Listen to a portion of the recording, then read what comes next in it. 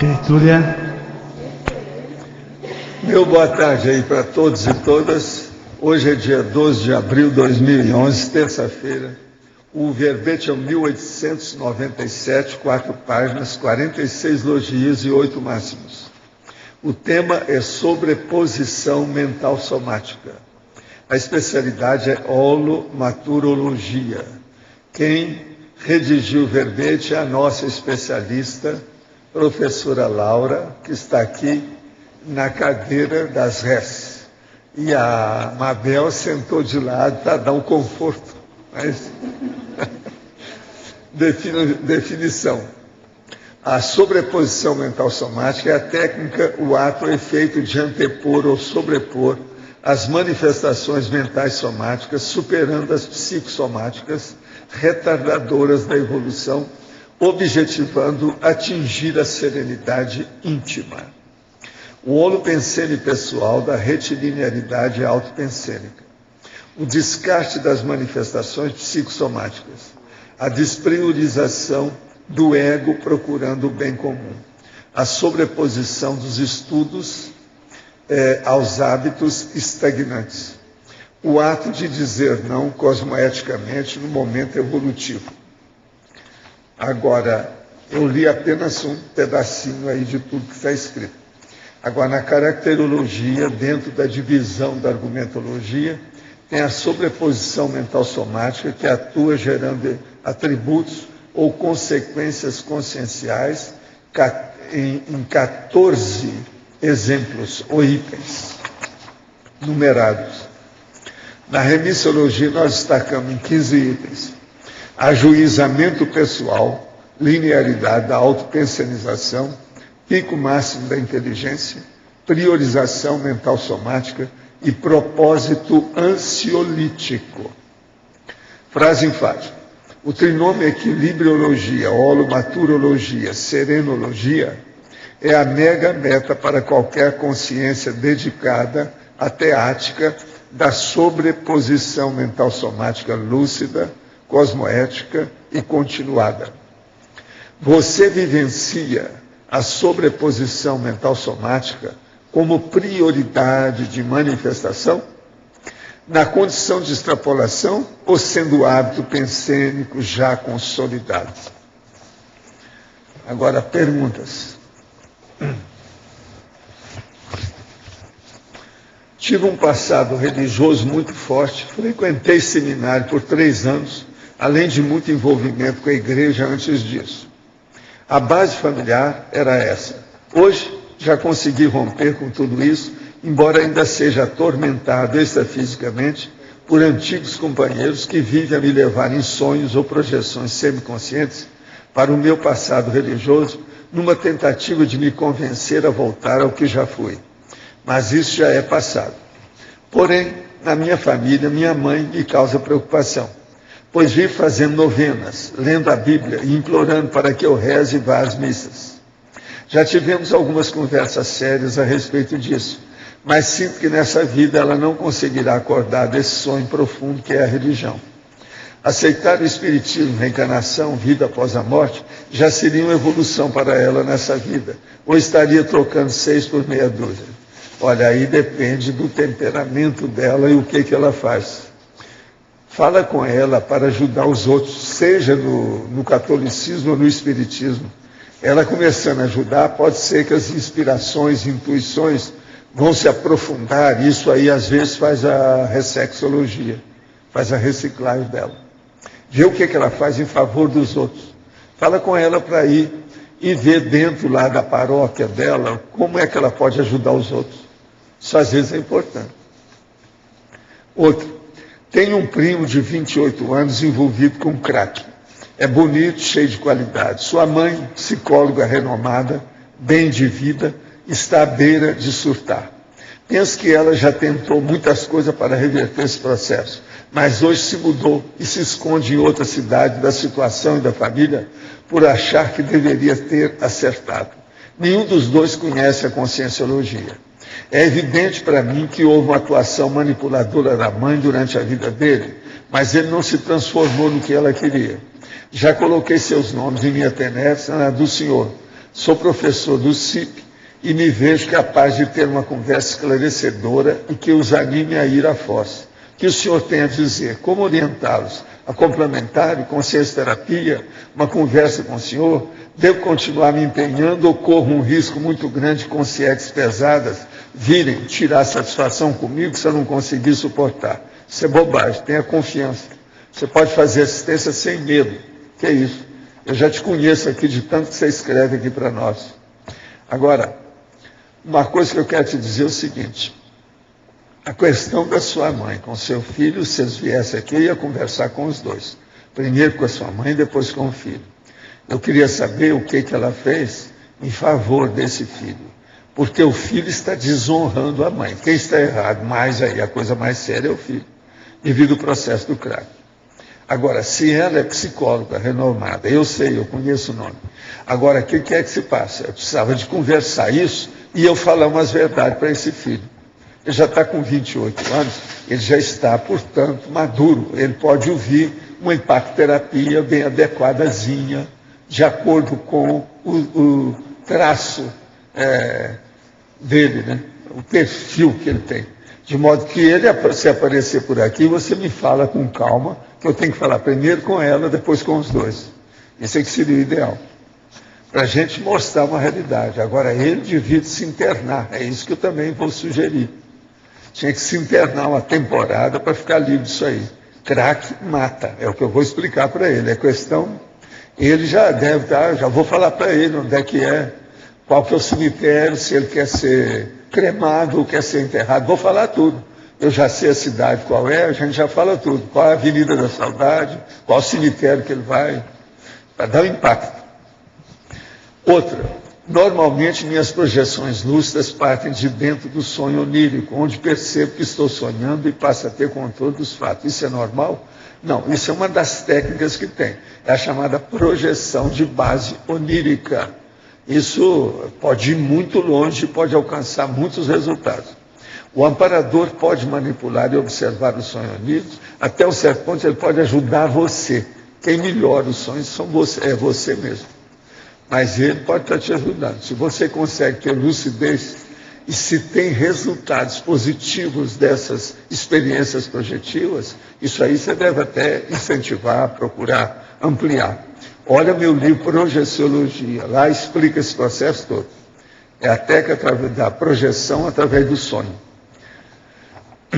Outro, se tivesse uma polícia que não fosse mal remunerada, que fosse bem equipada e mais presente em nossos bairros, se bandidos comprassem armas em lojas e não no mercado negro, desarmar a população com a ineficiência do Estado em garantir a segurança da população é o mesmo que aumentar a confiança de bandidos para invadir nossas casas e para nos assaltar à mão armada.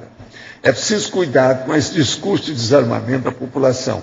O ótimo e o ideal, dependendo do contexto, é um desastre. Diante desse argumento, qual a opinião do senhor a respeito? Não, eu sou 100% favorável a tudo quanto é desarmamento, o máximo que a gente puder. Agora, colocando lei e segurança para que isso funcione. Agora, é lógico que tem gente que precisa de armas. É lógico, nós temos que ter uma polícia adequada para isso, tem que ter as autoridades, a pessoa da segurança, o povo da segurança. Nós temos segurança, e inclusive muitos andam armados por aqui. Isso faz parte do serviço. Mas agora, o desarmamento é uma necessidade. É uma vergonha absoluta que há 50 anos eu já trabalhava para combater as armas de brinquedo. Elas continuam do mesmo jeito, e hoje já estão mais aperfeiçoadas. Eu estive olhando umas armas de brinquedo e pensei que fossem reais. Eu pensei que fossem reais. Eu que conheço essas coisas todas. Eu pensei que as armas fossem reais, de tão exatas que elas são. E tudo é brincadeira de criança. Isso é uma vergonha que o Brasil ainda tem essas coisas. O que é que o governo está esperando que não proíbe a fabricação de armas para criança? Brinquedo de armas. Isso é uma vergonha. Então, veja, são essas coisas que eu falei. Esse é o primeiro desarmamento que tem que acontecer. Acabar com as armas de brinquedo. Isso não deve ter. De modo que eu não estou de acordo com você, não. Minha opinião é mais radical, é mais, vamos dizer, cirúrgica. Ela é mais avançadinha. Não fica só nisso, não. Eu acho que é preciso. Agora, o Brasil é uma vergonha. Quando houve o processo de desarmamento, há algum tempo atrás, eu falei, isso vai piorar tudo. Nós vamos ter massacre aí cada vez mais. De lá para cá já aconteceram vários. Não foi só esse, das 12 crianças, não. Já teve antes. De modo que isso tudo já aconteceu depois. Agora, veja, foi a população que foi a favor, por quê? Fizeram a doutrinação da população. Isso está errado. O próprio governo fez isso, os fabricantes de armas. Está tudo errado. Fabricante de brinquedo. Aí junta governo, que são os lobbies que ganham dinheiro dos armadores. Segundo, as fábricas de brinquedo. Terceiro, as fábricas de armas, propriamente dito. E que tem o governo no meio também. De modo que o negócio não é bem assim, não. Eu acho que nós temos que ser realistas e não brincar com a vida dos outros. Isso aí é um negócio seríssimo, esse negócio tem muita água. Outro, há 2 dias durante o sono me vi em um grande arquivo público observando um imenso livro relacionado à família de minha mãe e junto a esse existiam livros menores dos quais estavam sendo transcrita a vida de alguns familiares.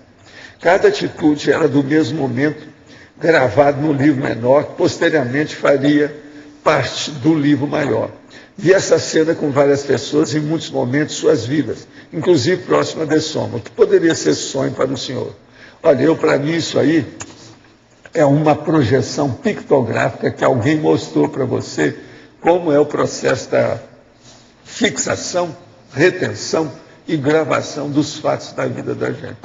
Essas coisas existem, mas não são bem do jeito que você está falando, não. A coisa existe. Existe a parapsicoteca, existe uma série de condições. Outra coisa, ninguém perde o que fez. Tudo está gravado, porque a própria consciência, ela tem essa gravação. É só pegar o gravador que você pega. Você é o gravador. Agora, outra. No livro Sexo e Destino, há uma passagem onde o obsessor Moreira submete Marina a um interrogatório. E no livro, André Luiz usou a seguinte frase a respeito de Marina durante esse processo. Deixou que os pensamentos lhe pululassem do cérebro sem o travão da autocrítica. Poderia o professor comentar como seria esse processo da captação dos pensamentos pelas consciências? Isso aí está dentro do problema da telepatia. O obsessor Moreira, no livro, seria o retrato de um típico assediador ou de mega assediador. Lembrando que o mega assediador existe porque a pessoa permite. Não. O negócio de assediador e mega assediador, esse negócio de permitir, se a pessoa deixou, se ela é auto-assediadora, tanto um como o outro domina. Agora, mega assediador que nós falamos é quando ele é um líder de assediadores e ele tem satélite dele mesmo. É possível evitar que uma consciência capte o pensamento de uma consciência? Olha, tudo é possível, depende da vontade da pessoa.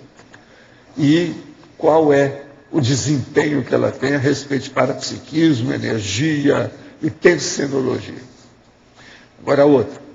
Gostaria de dizer que na etimologia a palavra expor está repetida, nós já vimos. E o item mega pensenologia tem 2 pontos, quando geralmente leva um só, também já vimos. Na fatologia, o item 7, a palavra estudo, falta o S, eu também já vi.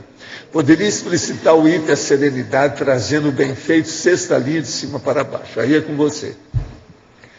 Serenidade. Sim. Trazendo o bem feito, sexta linha de cima para baixo. Então, a ideia é a seguinte que eu quis colocar. Quando a gente fica num estado de acalmia, de serenidade mais íntima, as coisas que acontecem, ou as coisas que a gente vai atraindo versus de si mesmo, elas são mais bem feitas, mais lógicas, mais equilibradas, né? Essa seria a ideia do item. Na parafatologia, poderia ampliar o item da frase, eu não sou daqui, estou aqui. Então, essa frase não é minha, é a autoria do professor Vado Vieira. Sei, mas isso aí tem até o ministro do Brasil que andou falando isso, todo mundo fala isso há muito tempo. Então, essa frase ela é uma frase que eu tento lembrar sempre quando eu estou muito envolvida com as coisas da intrafisicalidade, quando eu fico muito no dia a dia, trabalhando, estudando e não penso, começo a esquecer um pouco da parte multidimensional. Então, essa frase ajuda a voltar um pouco para a parte mais multidimensional. Eu estou consciente. mas eu não sou consciente. Tá certo? Sou consciente. Na principiologia, no segundo item, a palavra sadia tem erro. Nós já vimos. Também.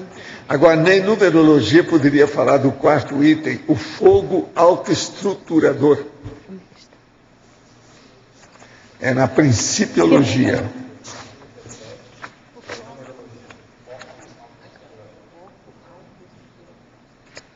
Então, na numerologia, na verdade, ela seria uma sequência, né? Então, ela começa com a lógica. Essa lógica levaria a pessoa a ter mais capacidade de ponderar sobre as coisas. Isso acrescenta ou outorga uma atenção mais vigilante. E como repercussão desses 3 pontos, a gente chega a ter um foco mais estruturado. Então, isso evita a dispersão, evita a gente querer fazer muita coisa ao mesmo tempo, a gente fica mais focado, devaneia menos e mais estruturado. Em numerologia, poderia falar do quarto item, o fogo autoestruturador. O foco. Autoestruturador. Está em numerologia. Acabei de falar, seria essa consequência da lógica e da ponderação. É mesmo, Val. É só esse foco mesmo, é o foco, né? Então tá. Tá ok. Agora, na ciclologia, seria a autossuperação de emoção ou da emoção? Ciclologia. O ciclo é exercitação mental somática, autossuperação de emoção. Isso vocês têm que ver para o português de vocês, né? O melhor é pôr da emoção, ela tem razão. Sabe quem é? É a Cris, de Buenos Aires. Está falando. Ali elas... Vocês não podem esquecer que o verbete foi escrito por uma espanhola, né? Então, vai ter erro mesmo. Não, mas são coisas suaves, não tem nada sério aí. Agora aqui. Na aula 1866, para psiquismo paraprocêmico, de 12/3 desse ano, o senhor discorreu sobre a influência do laringo-chakra endossomático no sexo ginossomático, sexo-chakra ginossomático, citando inclusive o Frank Sinatra. Dias atrás, vi uma entrevista do comunicador Silvio Santos, que alegou suspeitar que o sucesso que faz entre as mulheres, o maior auditório feminino do Brasil, na sua versão, se deve em razão de sua voz. Sei, mas eu nunca conversei com ele sobre esse caso. Ele não está sabendo do caso lá de Hollywood, não. Pode-se inferir que a relação interchakral laringo-sexo-chakra é determinante no sucesso dos apresentadores de rádio e TV, como no caso de Silvio Santos e dos chamados cantores populares? Sem dúvida. Essa habilidade pode ser adquirida ou é treinada. Se a pessoa tem predisposição que vem do passado, ela consegue adquirir o processo. Ela pode treinar, não há dúvida. Agora, sobre o que você está perguntando aí, a gente tem alguma coisa, que hoje eu ganhei algumas dessas, que você está falando. Tá? Agora, ele vem para o curso de manobras. É o Geraldo Tadeu Campos, vocês sabem, né? Lá de cima. Agora, gente, eu queria que vocês dessem umas batidas aqui, que hoje tem uma pessoa que está fazendo aniversário aí, que não sou eu. É o Moacir.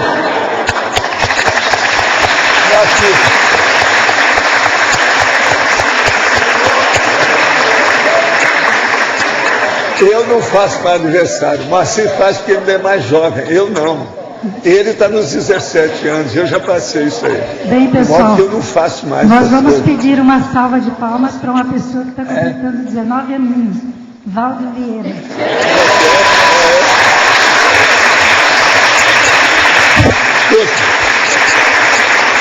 Vocês não devem estar fazendo isso, vocês têm que seguir isso aqui, ó. Unicim, os conselhos das ICs, que é a CGC, CGC, o Código Grupal de Cosmoética. Está aqui, ó, bonitinho, vocês têm que seguir isso. Vocês, como grupo, fazendo uma coisa dessa, vocês não estão de acordo. Senso de coletividade, ortoposicionamento, comprometimento, objetividade e vontade política. Agora, tem também o Código Grupal de Cosmoética da Unicim. A organização, a transparência, a visibilidade, respeito, cosmovisão, força presencial e amizade. Muito interessante isso aqui, ó. Se alguém quiser ver, está aqui. Pode pegar, depois me devolva, por favor. Vale a pena ver isso, hein? Código Grupal de Cosmoética. É bom vocês verem, para aqueles que ainda não fizeram o código, é bom ver aqui, ó, se espelhar por aí. É interessante. Uma outra coisa. Hoje, após a tertúlia, vai haver a reabertura do holociclo e da holoteca. A entrada será pelo holociclo. Boca livre na holoteca, viu? Estão todos convidados, tá certo? Então, é a hora que acabar aqui, pode ir até lá. Eu vou lá, se não estiver cheirando muita coisa lá da reforma, eu também vou ver se apareço. Hein? Ah, sim, não, mas isso aí está de acordo com o seu temperamento. Vai ser o primeiro da fila lá. Agora, outra coisa. Eu queria falar para aqueles que falam muito aí sobre o serenão, que os serenões do Homo sapiens pacífico, eu às vezes falo que ele tem 18 capítulos, mas na verdade não é. São 43 capítulos e da página 903 a 982. São ao todo 79 páginas que tem. É um verdadeiro livro que tem sobre os serenões, que está no Homo sapiens pacífico. Eu falo 18 porque se a pessoa ler os 18 primeiros, ela já vai ter uma ideia. Mas ao todo são 43. Eu estou só clareando isso para ficar bem claro, porque é muita gente que fala aqui sobre serenão, é bom a gente pôr isso às claras. Agora, sobre esse povo que de vez em quando está fazendo muita crítica, e tem uns aí que estão assustados com tanta crítica que faz a meu respeito, eu quero só lembrar uma coisa. Isso aqui é das coisas que eu já tinha falado, mas eu vou até levar isso aqui para minhas coisas. Heterocriticologia. Em relação aos críticos imaturos do jornalismo marrom, o ideal é empregar o princípio da zoologia. 2 pontos. Devemos acolher em casa ou na intimidade do lar somente os animais subhumanos aculturáveis, na condição de pets. Quanto aos selvagens, é melhor deixá-los evoluir livremente no holopensene da natureza ou na jungle, a qual eles estão vivendo. Um dia estarão predispostos à domesticação mútua da evoluciologia. Eu estou mostrando aqui que isso aqui são as bases da criticologia. Foi assim que eu escrevi para aquele nosso amigo, jornalista de Curitiba. As ideias eram mais ou menos desse estilo. Entende? Para liquidar com o assunto. Porque aqui eu me posiciono perante a realidade, você está entendendo? Às vezes, eu marco o que é que eu penso, como é que a gente chama. Agora, estuda o jornalismo marrom, essas coisas existem. Hoje o jornalismo marrom, ele está muito protegido pelos processos da internet. É demais. E ampliou muito. Nós nunca tivemos tanto jornalismo marrom como atualmente devido à internet. Então a gente não deve assustar com isso. Isso faz parte do serviço. Agora, ainda mais nós aqui que estamos trabalhando. Eu trabalho todo dia com online. Isso é normal. A gente tem que admitir. Seria muito estranho se ninguém criticasse a gente. Teria uma coisa errada em alguma coisa. Poderia ser que tivessem medo de mim. Entende? Tem cara que é traficante na favela que ninguém fala nada dele, nem cita o nome. Não, nem sei o nome dele. De medo. Quer dizer, não é assim. Tem muita gente danada da vida que está calada. Então, o processo da coação, o problema da coerção, o problema da repressão. Nós aqui não temos isso, tudo é livre. Então, veja, não há censura dentro dos nossos processos. A coisa é aberta. Então é bom a gente também clarear isso. Agora, gente, a Laura está esperando você. Uma pergunta para a Laurita aqui na página 96. Laurita, na página 96, a terceira linha de baixo para cima, é na fatologia, né? A sensatez do insensato.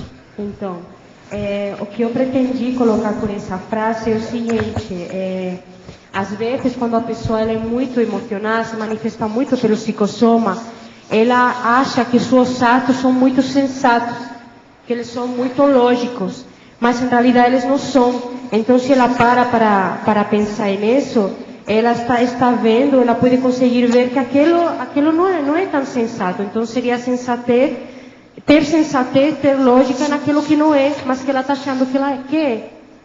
Não sei se deu para entender. Muito bueno, muitas graças. Graças a você. Laura, aqui atrás de você. Sim. Uma curiosidade, queria saber como é que você chegou na definição do tema do verbete. Então, na verdade, o mérito não é meu, porque eu acho que foi assim, bem uma inspiração, foi bem num dia que eu cheguei aqui para a mega euforização, e eu tinha escolhido outro assunto de outro verbete. Mas era um verbete que não... Cheguei na conclusão, ele estava já quase pronto, mas cheguei na conclusão, por alguns comentários que pessoas assim mais allegadas a mim fizeram, que não era o momento para fazer ou para expor. Então, guardei ele na gaveta e eu fiquei aqui, fiquei pensando, nossa, então esse verbete não vou fazer, aí o que eu vou fazer? Tão duro como é fazer verbete, e não, eu não tenho mais ideia. Aí na hora que eu acalmei, e callei, fiquei calada interiormente, eu estava sentada bem aí onde o Roberto está sentado, e veio a palavra em português, sobreposição.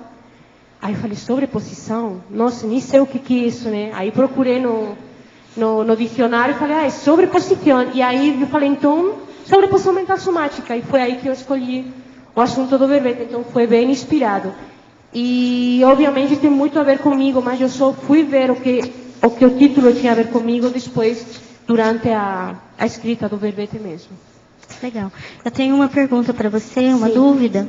Na patologia, no final da segunda linha, você colocou a despriorização do ego procurando o bem comum. Queria que você falasse mais sobre isso. Então, eu acho isso um dos pontos mais importantes da patologia mesmo, porque quando a pessoa ela pensa muito em si mesma, ela olha muito para o umbigo dela, ela está tendo uma manifestação muito somática, nem psicossomática, mas somática mesmo, né? Então, você tem que deixar de pensar em si mesmo, tem que começar a pensar mais nos outros, o que é bom para os outros, né? E a partir de aí, você vai pensar no bem comum, vai esquecer de você mesma e vai conseguir ficar mais sadia, mais rígida, né? Quando a pessoa tem patologia, quando todos temos patologias, né? E foca muito na patologia, você esquece do mundo totalmente, esquece de que existe assistência, esquece do resto, e isso não ajuda em nada. Laura, na patologia, na segunda linha, Sim. a autossuperação do perfil artístico. Quais são as dicas que tu dá para essa autossuperação? Então, eu primeiro, assim, Roberto, este é um verbete prescritivo, eu fiz para mim mesma, né?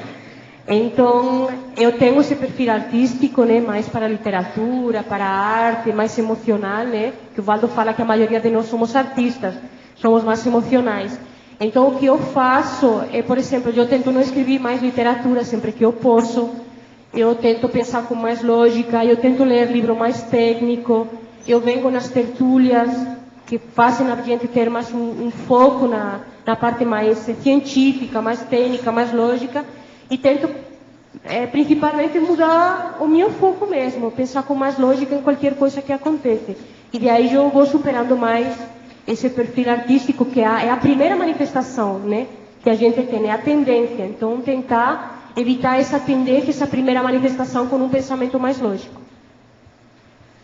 Agora aqui, considerando-se o trinômio acolhimento, orientação e encaminhamento, como se faz o encaminhamento quando as consciências, embora bem dispostas a mudanças, ainda estejam profundamente imbuídas de ideias religiosas? Então, a primeira coisa é a seguinte: se é consciência, os amparadores é que encaminham, você não se está tão preocupado com isso. As consciências serão encaminhadas a comunidades intermediárias ou ligadas à religião? Não, elas são encaminhadas para lugar melhor, de acordo com aquilo que ela possa fazer uma reciclagem. Minha pergunta se baseia na analogia com a complexidade encontrada nos trabalhos de interassistência tarística na comunidade que reside.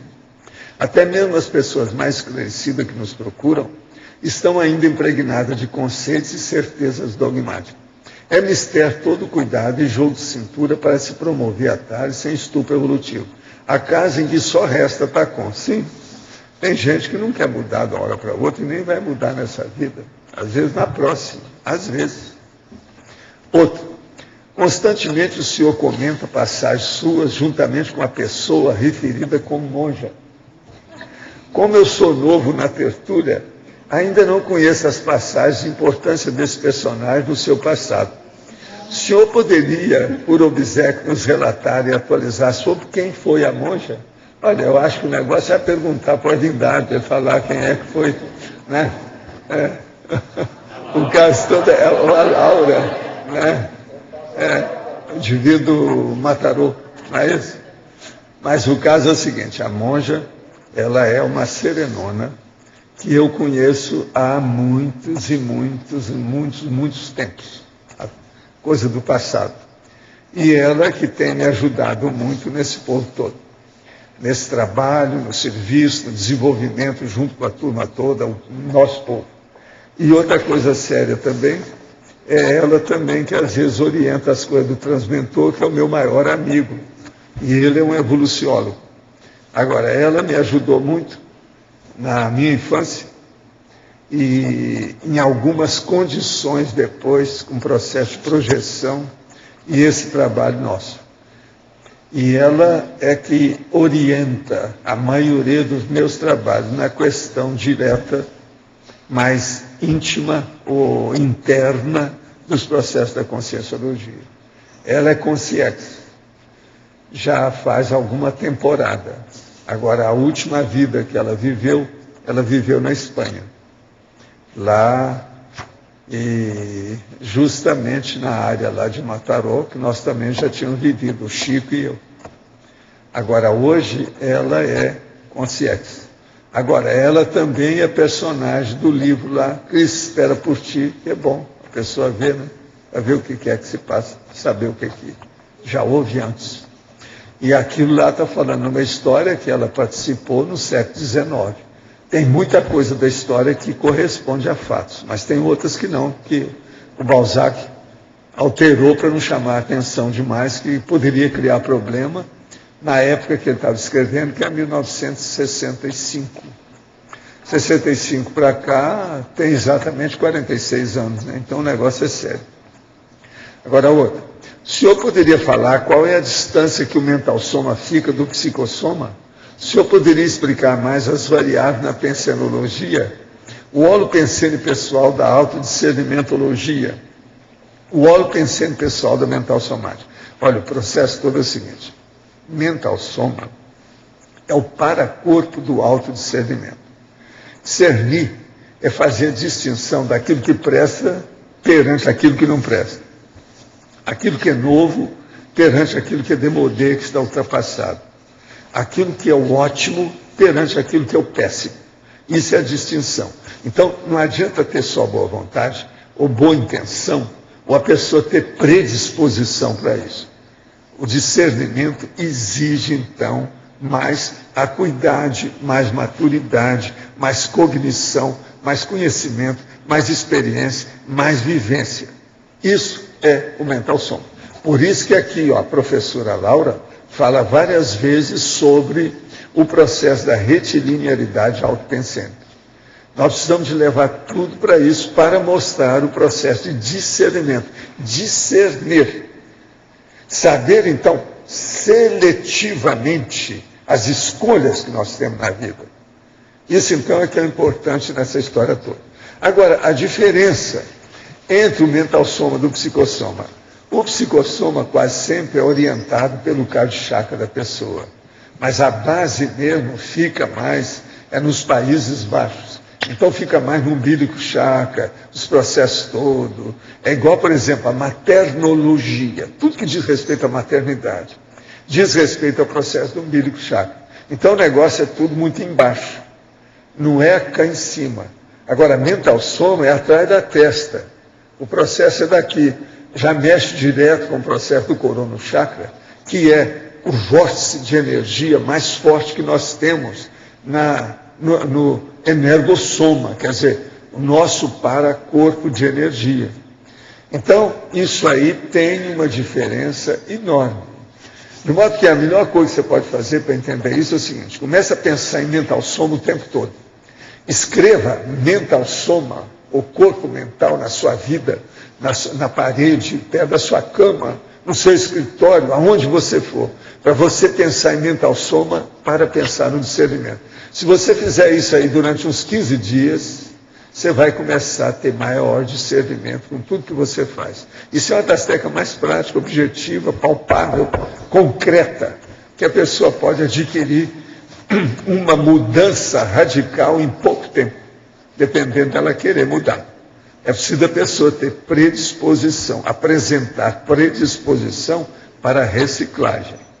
Agora, com isso, ela vai entender o que a gente quer dizer com para-corpo do autodiscernimento. Esse é o caminho. Agora, psicossoma é um processo de emoção, diz respeito tudo à parte instintual da pessoa, é um processo ainda que tem subcérebro abdominal, os processos proto-reptiliano, que a pessoa está se arrastando na terra, igual lagarto, quer dizer, é um negócio ainda bem passado, antigo, e que deve ser sobrepujado, ultrapassado. A gente tem que passar essa condição para chegar no processo da ideia nova, das ideias originais do mental som. Eu acho que com isso a gente clareia. Eu estou falando isso porque esse nosso amigo de vez em quando está escrevendo para cá. E eu vejo que ele está tentando estudar. Pelas perguntas, aquilo que eu guardei, a gente vai encaminhando e vê que a pessoa está caminhando para entender mais profundamente a situação. Agora, seria bom você ler livro meu. Nesse caso, melhor para você ver os 700 experimentos da Conscienciologia. Laura, na página 97, Sindromologia, você pode aprofundar a síndrome da baixa autoestima intelectual, por favor? Desculpa, Pedro, a síndrome da mediocrização, ou o segundo, é a síndrome da baixa autoestima intelectual. Então, o Valdo fala bastante sobre a baixa autoestima intelectual. Ele aponta, sobretudo, que as mulheres aqui na TTI sofrem mais essa baixa autoestima intelectual que os homens. Eu fiquei pensando muito nisso e cheguei na conclusão que essa baixa autoestima intelectual nossa, na maioria das vezes, ela é sustentada por um processo totalmente emocional. Ela não tem nenhuma base lógica, porque assim, praticamente todo mundo que está aqui, toda mulher que está aqui já deu aula, já escreveu algum artigo, já foi homem, já deu alguma palestra, tem curso intermissivo, sabe expor as ideias, sabe argumentar, participa da tertúlia. Então, em geral, eu estou falando em geral, né? Não tem razão lógica da pessoa ter uma baixa autoestima intelectual. Eu acho que às vezes a pessoa usa como excusa essa baixa autoestima para não produzir, para não fazer. Então ela tem uma sustentação totalmente egocêntrica e totalmente, do meu ponto de vista, psicossomática. Por isso eu quis ressaltar esse ponto. Laura, aqui Milena. Sim. Então, na quinta linha de baixo para cima da fatologia, se você pudesse explicar o saber estar dentro desse contexto da sobreposição mental somática. Então, Milena, o que eu pensei aí, por exemplo, vamos supor uma pessoa hiperativa com um processo psicossomático muito forte, muito acentuado. Essa pessoa, por exemplo, quando ela fique muito eufórica, começa a falar muito rápido, ainda pior se ela tem psiquismo, aí empeora mais todo, né? Ela começa a se atrapalhar nas mesmas palavras. Essa pessoa, ela não sabe estar num lugar. Ela não tem bom tom, ela acaba perdendo o saber estar mesmo. Então, esse saber estar, ele é resultado de uma sobreposição mental somática. Ela fica mais focada, mais tranquila, e a partir daí ela sabe estar. Então, é uma coisa muito básica, mas que uma pessoa muito exaltada, ela não sabe estar nos lugares muitas vezes. Laura. Sim. Aqui na página 96, patologia, sim, na última linha você coloca a crise de crescimento dominada. A minha pergunta é, de que forma a sobreposição mental somática contribuiu para que você entendesse que a crise foi superada, foi dominada? Eu não entendi, não escutei bem na última parte, Neira. Como que... Então, assim, você colocou a crise de crescimento dominada, tá bom? E o seu tema é sobreposição mental somática, uma técnica, né? Certo. De que forma essa técnica contribui para que você identifique que a crise já foi superada? Não é só contribui, para mim ela é totalmente necessária e tem que ser priorizada. Porque, por exemplo, a minha tendência quando eu fico em uma crise, nunca é pensar que é uma crise de crescimento. A minha tendência é pensar que é uma crise emocional, às vezes a gente tem culpa, ou a gente se cobra muito de não fazer as coisas que a gente tem que fazer. Então eu sou capaz de convertir uma crise de crescimento, que é uma coisa positiva, numa coisa totalmente doentia. Então, nesse caso, a gente tem que dominar, tem que dominar esse processo, pensar com lógica, não, isso é uma crise, vai passar, tudo passa, e quando passar essa crise eu vou melhorar sempre em alguma coisa, porque quando a gente fala de crescimento, está falando de uma coisa positiva, a gente vai para outro patamar. Mas se eu não consigo dominar esse processo no momento que ele está acontecendo, eu vou para o fundo. Aquela crise de crescimento, ela vira uma crise existencial, ela vira uma crise não existencial, como eu poderia falar, uma crise, um estresse, fica doente, não fica patológico. Mas a minha pergunta é assim, como é que a sobreposição mental somática que ajuda? Então, a sobreposição mental somática eu entendo como uma técnica que ajuda a passar por cima do psicossoma, da manifestação psicossomática. Então, se eu estou entrando numa crise existencial de crescimento de uma forma patológica, essa técnica de pensar com lógica nessa hora vai me tirar do patológico, vai me levar para uma coisa mais sadia. Obrigada. Laura. Sim. Aqui em cima, Elizabeth. B. Tá. Meus parabéns pelo verbete. Graças. Na página 96, em Fatologia. Sim. Na 9ª linha. Autopriorização da assistencialidade. Por gentileza, você poderia ampliar com relação à técnica da sobreposição mental somática? Então, eu já falei um pouquinho disso, porque para mim, o que mais me ajudou sempre na minha vida, desde que eu me lembro, até muito antes de conhecer a conscienciologia, sempre foi pensar nos outros para eu estar melhor. Quando eu ficava focada em mim mesma, tudo empeorava, tudo ficava mais exaltado, mais patológico, mais descontrolado. Então, quando eu comecei a pensar nos outros, a minha sorte é que eu comecei a pensar nos outros muito nova. Eu já trazia comigo esse trafor de pensar mais nos outros. Então, sempre que eu tirava o meu foco de mim mesma e eu tinha mais a tendência de ajudar nos outros, era como se o mundo abrisse. Sempre tem alguém que está muito pior que você. Então, isso me ajudava muito em tirar esse foco de mim mesma e eu me superar mais. Seria, então, uma ideia inata tua que foi cada vez mais aprimorando. Sim. E fortalecendo. Eu não sei se vem uma ideia inata ou já era meu temperamento mesmo, de outras vidas, não sei dizer, né? Mas eu sempre tive isso, desde bem pequena. Tanto que a minha mãe brigava muito comigo, porque eu normalmente ia brincar numa pracinha que tinha lá perto de casa, lá em Madrid, e lá era uma praça que tinha muito drogadito, né? Eles ficavam se drogando lá na frente de todo mundo, né? E eu sempre ia lá e a minha mãe não queria, brigava muito comigo, falava, não mãe, mas eu não vou para me drogar, eu vou para ajudar eles. E era isso mesmo que eu fazia. Eu comprava geringas para eles não usar as geringas no chão, assim, eu fazia coisas assim desse tipo. Eu era muito pequena, eu tinha uns 8 anos. Então, isso me fazia um pouco esquecer os problemas que eu tinha em casa, que não era um pouco, sempre me ajudou muito. Eu me sentia bem, então eu chegava em casa e estava melhorava. Então, isso sempre levei muito a sério, tentar sempre mesmo nos piores momentos, pensar nos outros. Nem sempre consigo, mas a maioria das vezes já me manifesto assim. Grata. Mais uma vez, meus parabéns. Obrigada. Laura, na Fatologia, na 5ª linha, você fala assim, o estudo da própria ficha evolutiva. Você pode explicar isso em relação ao verbete, a sobreposição mental somática? Então, Cris, isso foi uma coisa que me ajudou muito. Quando eu comecei a assistir tertúlias, eu escutava muito quando o Valdo falava de outras vidas, de retrocognição. Ele falava do importante que era estudar a biografia dos outros para fazer uma comparação. E eu sempre gostei muito de estudar e de pesquisar biografias.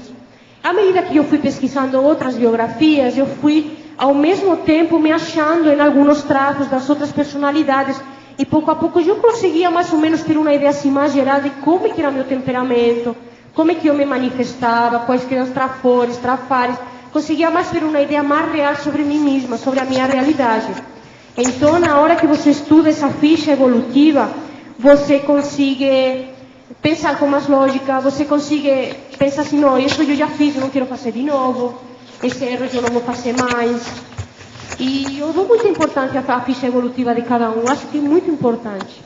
É interessante você fazer esse estudo através do estudo biográfico de outras personalidades e você ia tirando traços diferentes, iguais aos seus, e vendo o seu caso o que encaixava ou não. Que é outra técnica, né? É uma técnica dentro de uma técnica. Na verdade, eu devo isso ao professor Valdo, porque eu nunca pensei em estudar a biografia dos outros. Aí ele começa a falar, não, seria bom você pesquisar esse tal de Lastanosa. Aí eu comecei a estudar o Lastanosa, eu vi que tinha mais um monte de pessoas vinculadas a ele, o Baltasar Gracián, a poetisa, a literária. E aí eu fui cada vez aprofundando mais nessas biografias. Nossa, mas eu sou assim. Olha a poetisa. É literária. Aí você vê, olha, mas olha, o Lastanosa era um pouquinho impulsivo também. A gente também é impulsiva. Então você, estudando o outro, você leva para si mesmo e você se vai achando. Isso é muito importante. Queria te dar uma sugestão também. Na última página, na 99, no item 14, você cita a superdotação. Sim. Eu te sugeri colocar superdotação intelectual. Igual você colocou autoestima intelectual, superdotação intelectual, porque existem muitos tipos de superdotação. Tá certo. Né? Então, como você está chamando atenção para o mental soma, né? Então você destacar isso também. Obrigada. Tá? Parabéns pelo verbete. Laura, Osvaldo aqui acima no ar. Tenho duas perguntas para te fazer. A primeira delas, na efeitologia, o último dos efeitos, ou seja, a ponderação sobre o efeito da ponderação sobre a valorização do tempo. Tá. Então, até o Sandro me perguntou sobre isso quando eu escrevi o verbete, mas o que você quis dizer com isso? Nossa, para mim era tão óbvio, né? Uma coisa assim que para um é tão óbvio, mas eu vou explicar. A gente não dá muito valor ao tempo que a gente tem. A gente vai cada dia na correria, vai fazendo as coisas mais óbvias, que parecem mais importantes, mas que não são. Então, o que eu vejo é que quando a pessoa começa a ponderar sobre a sua vida, a refletir sobre a sua vida, ela consegue se dar conta de que nem sempre ela está aproveitando o tempo da melhor forma. Tipo assim, por exemplo, a gente valoriza muito fazer tenepes. A gente faz tenepes 50 minutos por dia. Mas esses 50 minutos são sagrados, né? Falando em metáfora, né? Como? Entre comilhas, eu fiz assim, né? Porque, me desculpa, às vezes não vem, às vezes faltam as palavras mais em português, mas eles são inabaláveis, ou seja... São impositivos, imperativos. Impositivos, né? Mas, sin embargo, a gente não faz isso, por exemplo, com a escrita. A gente sabe que é tão importante para nós fazer tenepes como escrever, como deixar alguma megalhiscoma, mas, sin embargo, poucas pessoas, elas conseguem, hoje, por exemplo, dedicar 1 hora à escrita. É difícil a pessoa se conseguir organizar para isso, porque não dá priorização. Então, na hora que a pessoa começa a pensar em tudo isso, vai surgir uma valorização do seu tempo que ela nunca pensou nisso. Então, isso que eu quero dizer com esse item. Começar a refletir e dar valor para o tempo, para não perder o tempo mesmo, né? Tá certo. Agora vou na segunda pergunta. Sim. Aí na página 97 da fatologia, eu vou te relacionar 2 itens. O primeiro deles, que está na 4ª linha, de baixo para cima, que diz o desapego inteligente das emoções, e o segundo dele, que está na 2ª linha, de baixo para cima, a necessidade de apaciguar as emoções. Tá. Eu gostaria que você justamente fale a respeito desse desapego e dessa forma de apaciguar as emoções, por favor. Então, Osvaldo, é o seguinte, o desapego inteligente das emoções é o abrir mão da emocionalidade. A emocionalidade ainda traz muitos benefícios para a pessoa que se manifesta muito pelo psicossoma. Você pode pensar, mas como assim traz benefícios? Traz, por exemplo, uma pessoa que ela é muito emocional, ela, vamos supor que chega num local com muita gente, ela começa a pôr aquela cara tristona, que ela está mal, aí ela vai atrair a atenção dos outros e vai suprir uma carência emotiva que ela tem nessa hora, às vezes incluso energética. Então, isso tem um benefício para a pessoa, ela não está querendo abrir mão dessa emoção, ela não está sendo inteligente. Porque se ela abrir mão dessa emoção, é aí que ela está se manifestando como uma pessoa mais inteligente, mais mental somática, né? Então, basicamente, isso que eu quis passar com esse item, né? tem que ser um desapego inteligente, ponderado. Não, mas por que eu não estou abrindo mão dessa característica mais psicossomática? Então você vai ponderar, vai chegar nas conclusões de que aquilo não serve mais, aquilo já não presta mais, vai descartar essa atitude, né? E no segundo item, que você fala a necessidade de apaciguar as emoções. Isso, Osvaldo, é uma coisa que eu faço muita força, porque é uma das coisas assim, incluso quando eu tenho outro item que eu coloquei sobre o barulho mental, é muito dentro dessa ideia. A gente é muito emocional, tem um barulho mental, é um caos na cabeça, parece que aquilo nunca para, que nunca para, que nunca para. E o pior de tudo é quando você está consciente daquele barulho, você não consegue parar aquele barulho. Aquele barulho ele está evitando você apaciguar a sua mente, você apaciguar suas energias, a sua manifestação. Então, seria isso aí que eu estou querendo passar com esse item, né? É uma necessidade apaciguar essa emoção. Se você não apacigua a emoção, se você não se acalma, tem barulho mental, tem confusão, tem assédio, tem autoassédio, por aí vai. Aquilo não para mais. Tudo bem. Mas agora eu vou te dizer em castelhano, tá?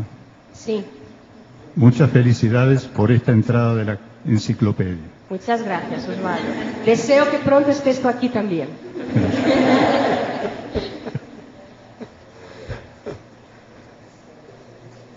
Pode falar.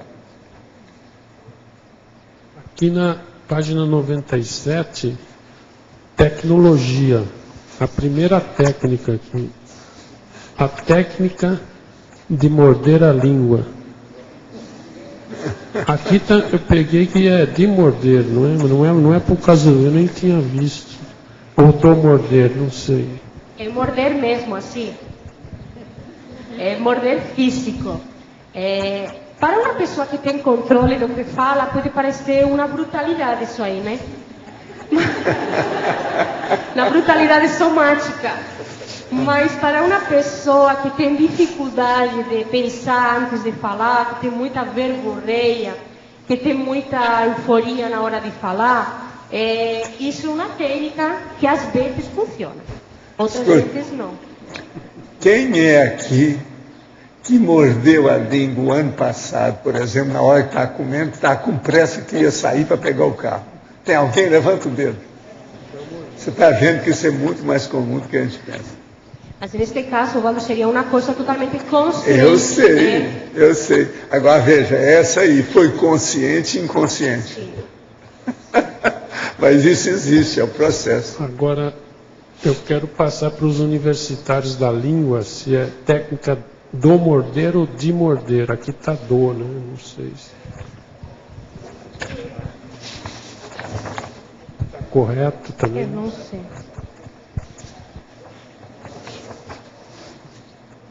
Não sei responder isso. Não, pode colocar do morder, não tem nada, porque aí é o conjunto de ideias.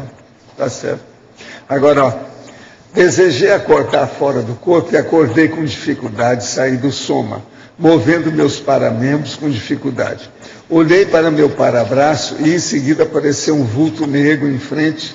Não consegui saber se era um amparador ou assediador, pois não senti sua energia consciencial. Veio um pensamento para manter a lucidez, mas não conseguia me desgarrar do soma e acordei. Seria bradicinesia projetiva devido a eu não ter realizado o EV antes de dormir? O amparador pode ter a aparência do vulto negro? Tudo é possível. Agora, ó, se prepara mais, se tiver mais gente por aí, você vai acabar vendo. Seja amparador ou não, você vai ver. Agora, se prepare antes de dormir, sempre ajuda. Na introdução do Projeciologia, o senhor cita os livros manuseados ou escritos por serenões em suas últimas existências intrafísicas. O senhor poderia informar o título desse livro? Não, não posso. Na tertúlia de ontem, o senhor comentou sobre a possibilidade de um livro ter sido teleportado para a sua biblioteca. Mas se o livro foi transportado, era porque ele já existia em outro local e talvez pertencia a alguém ou a alguma outra biblioteca. Eu falei isso aqui. Por exemplo, já pensou se tirou aquilo no meio de um monte deles iguais, em algum lugar? Como fica a cosmoética diante do teletransporte? Eles vão falar que não precisa se preocupar com isso, está tudo certo. É a intenção que vale? Ou seja, na sua posse, tal livro seria melhor aproveitado? O senhor poderia explicar melhor?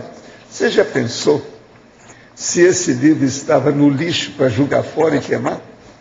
Quem é que ia reclamar disso? Foi isso que o amparador me falou. Falou assim, não se preocupe, que ninguém viu. Agora, tem outras coisas. Às vezes foi tirado também de um lugar que tinha uma coleção. É que esse aí é muito raro. Eu acho que isso aí está impossível. Agora, isso de estar pronto para ser queimado, sim. Deve ser aquela dona de casa muito ciosa do lar, que queima os gibis, que queima tudo, limpa tudo.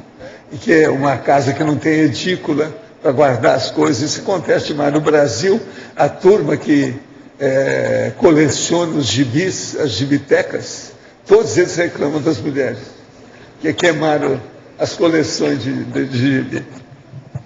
Agora aqui, dias atrás tive uma experiência que parecia um parapsicodrama, e eu fui agente de esclarecimento a algumas consciências.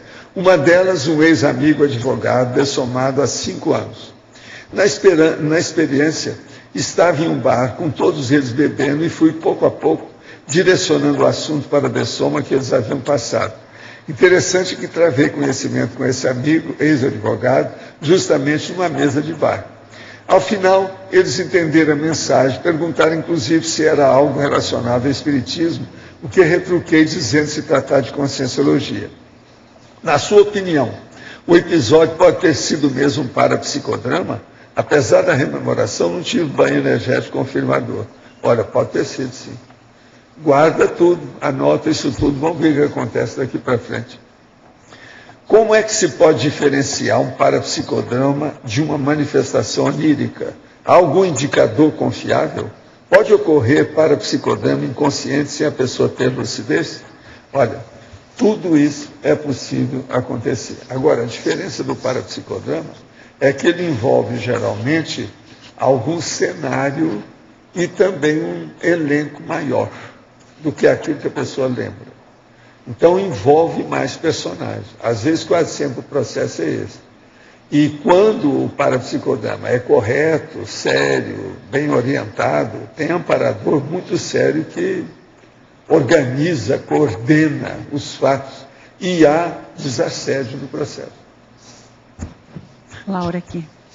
Na página 98, você pode falar um pouquinho sobre o número 3 da caracterologia? A autoestima intelectual? Como pré-requisito para Megagescom. A conquista necessária para produzir Megagescons. Então, dando seguimento à síndrome, né? Sim, a síndrome da baixa autoestima. Né? Então, vamos supor que a pessoa já conseguiu superar essa baixa autoestima, ela já chegou nessa autoestima através da técnica da sobreposição mental somática. Ela analisou aquilo, viu que aquilo não tinha sentido, e a partir daí ela já recuperou a sua autoestima intelectual. Então, se você recupera a autoestima intelectual, isso vai levar como consequência você querer produzir. Você vai querer produzir alguma coisa, algum livro, algum artigo, às vezes mais de um livro, né? Então, isso é uma conquista necessária. Você precisa dessa autoestima intelectual para você conseguir chegar até a Megagescom. Porque como é que uma pessoa vai chegar na Megagescom? Eu não estou falando de escrever um artigo ou de dar uma palestra. Eu estou falando de uma coisa mais grande. Se ela não confia no seu próprio pulso. Não tem como. Se você confia no pulso de você, você tem essa confiança, você tem autoestima. Então veio como uma consequência. Tá bom. Obrigada. Não sei, de repente, Valo, você acha que uma pessoa poderia fazer uma Megagescom sem autoestima intelectual? Isso seria possível? Olha, com consciência não põe a mão em cumbuca nenhuma, sabe como é que é? Se diz com calma. Mas isso seria exceção. Seria exceção, né? Tá. Pode falar, Luci. Laura, parabéns aí pelo verbete. Obrigada. E eu gostaria que você exemplificasse, junto à definição, pensenologia, segunda linha, quando você coloca os ortopensenes e logo em seguida você adjetiva, você coloca ortopensenidade. Você podia exemplificar essa questão? Tá, ortopensene seria o pensene mais rígido, né? Então, ortopensene ele existe. Seria a capacidade de ter uma pensenidade mais rígida. Mas quando eu falo da ortopensenidade, seria aquele ortopensene já se manifestando na pessoa. A qualidade. A qualidade. Então, sim, a pessoa já tem essa ortopensenidade. Uma coisa é existir de fora, existe. Outra coisa é você pegar aquilo substantivo, e fazer, sujeito. O outro já é a qualidade. Fazer como um adjetivo de um mesmo, né? Não, mas eu gostaria de entender um pouco mais quando você faz essa diferenciação, que está muito clara, substantivo e adjetivo, junto à definição. Você quer que eu faça a técnica ou ato ou efeito de antepor ou sobrepor.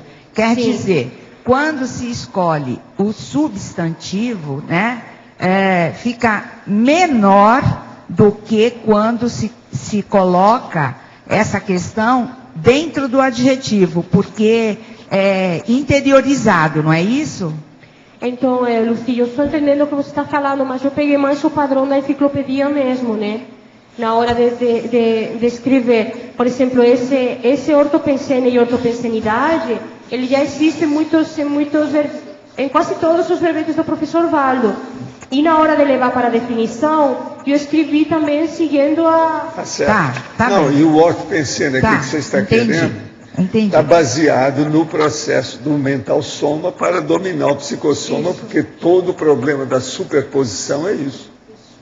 O caminho é esse. Agora, ó, existem só uns 30 pensenes diferentes com a idade depois, nos verbetes. São mais ou menos mais de 30. Estou só falando que eu uso mais, são os 30. Eu fiz uma escolha dos que achei mais dentro do assunto. Aí mesmo tem evolutio pensene e evolutio pensenidade, por aí vai. Agora aqui outro. Em tertúlias anteriores, o senhor falou sobre casas que têm goteiras. A minha tem muito. O senhor pode falar mais sobre isso? Eu penso que eu falei foi goteira, que foi assédio, não foi? O que eu falei de goteira é o seguinte, é que em determinados contextos holopensenes tem goteira, ou seja, tem estática, tem boi na linha, há infiltração de exopensenes, falando em pensene, né, que vem de fora. É isso que eu disse. Agora, por exemplo, seja também o que for, se a sua casa tem muita goteira, você também está errada, se ela está dentro de casa. É preciso tapar essas goteiras. Isso aí é uma coisa errada, cria problema a goteira. E outra coisa, a goteira pode causar acidente com o tempo. Não é só da pessoa escorregar, mas pode piorar o processo da alvenaria, da condição, e aquilo cair depois na cabeça de todo mundo. É perigoso, isso aí é bom examinar. Agora, a goteira mesmo que eu falei, lembre-se disso, é o assédio, heteroassédio. É aquilo que eu chamo de boi na linha. Então, estática. Houve uma infiltração negativa. É isso que a gente quer dizer. Agora, para você, professora Laura, poderia comentar na efeitologia, página 97, o último efeito? Quais os resultados que você tem percebido no cotidiano a respeito do efeito da ponderação sobre a valorização do tempo? Esse aí é da Nina Rosa. Então, Nina, essa é uma das primeiras coisas que eu mudei quando eu cheguei aqui em Foz do Iguaçu, né? Comecei a dar muito mais valor para o meu tempo, até pela própria convivência com o professor Valdo. Quando eu coordenava as tertúlias, eu ficava com o professor Valdo umas 3, 4 horas por dia. Isso foi quase durante 4 anos. Então, quando você vê uma pessoa como ele, valorizando o seu tempo até nos mínimos detalhes, você leva isso para o seu micro-universo indudablemente, não tem como não fazer. Então, eu comecei, por exemplo, quando eu estava olhando muito a TV, começava a pensar isso, mas será que vale a pena ficar tantas horas olhando a TV? Eu poderia estar fazendo outra coisa. Hoje eu ficava muito tempo arrumando a casa, organizando armários, falei, isso, mas isso aqui não é tão necessário assim. Então, comecei mais a me questionar em cada momento o que eu estava fazendo. Se aquilo era tão importante e tão prioritário, eu poderia estar fazendo uma coisa mais produtiva. E isso fiz uma mudança muito grande na minha vida, na minha rotina. Até hoje, por exemplo, eu tenho uma rotina bem marcada. Eu sempre acordo no mesmo horário, vou dormir no mesmo horário. Isso é até uma técnica que eu uso para a superação dos meus processos emocionais mesmo, né? Uma coisa que me ajuda muito. Eu espero ter respondido. Laura, sim? Na página 97, sim? Binomiologia, o segundo binômio, o binômio sobreposição psicossomática, perdas evolutivas. Como que você vê essas perdas evolutivas com essa sobreposição do psicossoma? Total, né? Quando você tem uma manifestação, assim, eu vou ir num ponto que eu acho que vai ser mais esclarecedor.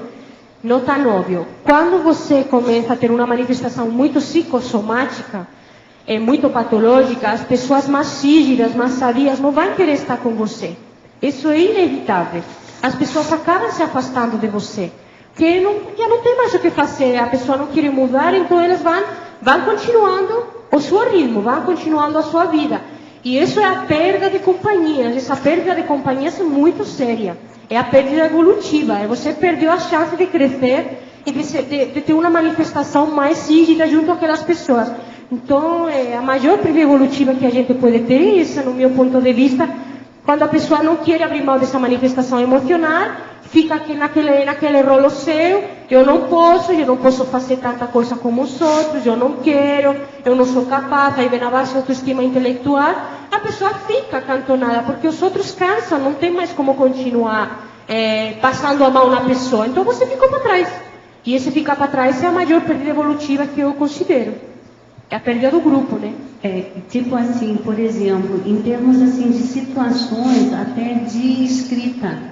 Quando existe muito a questão psicossomática, eu vejo assim que a escrita ela não desenvolve, entende?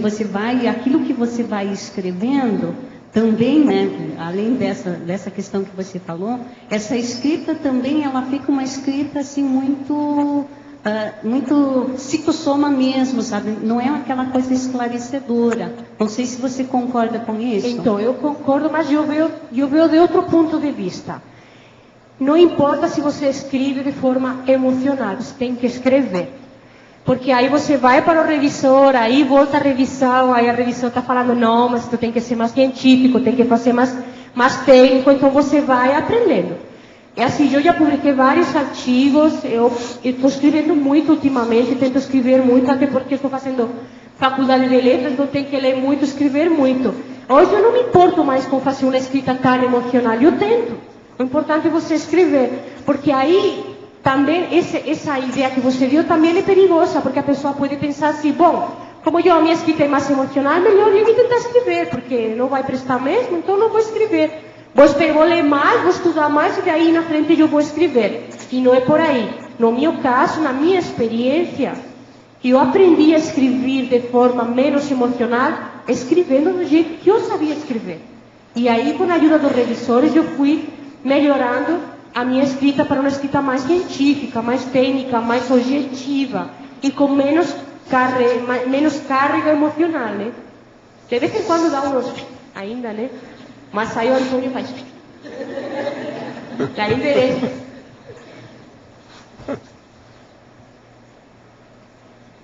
Quem é que está com o microfone aí?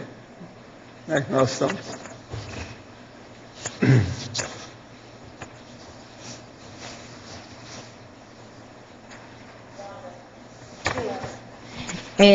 Eu queria que você, na página 97, sim, o finalzinho da fatologia, a última linha, certo, você comentasse um pouco da euforia sadia e autocontrole, e principalmente com essa ocorrência da verborreia, que ocorre muito, eu também tenho esse mesmo problema.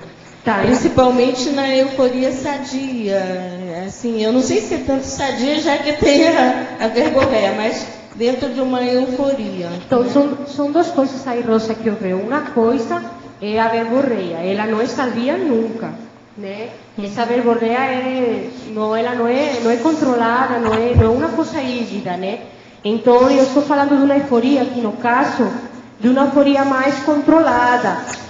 O Valo, por exemplo, fala muito, e eu coloquei aqui no outro item da Euforex, ele fala muito que a pessoa, quando é completista, ela chega para o extrafísico e ela fica na euforex.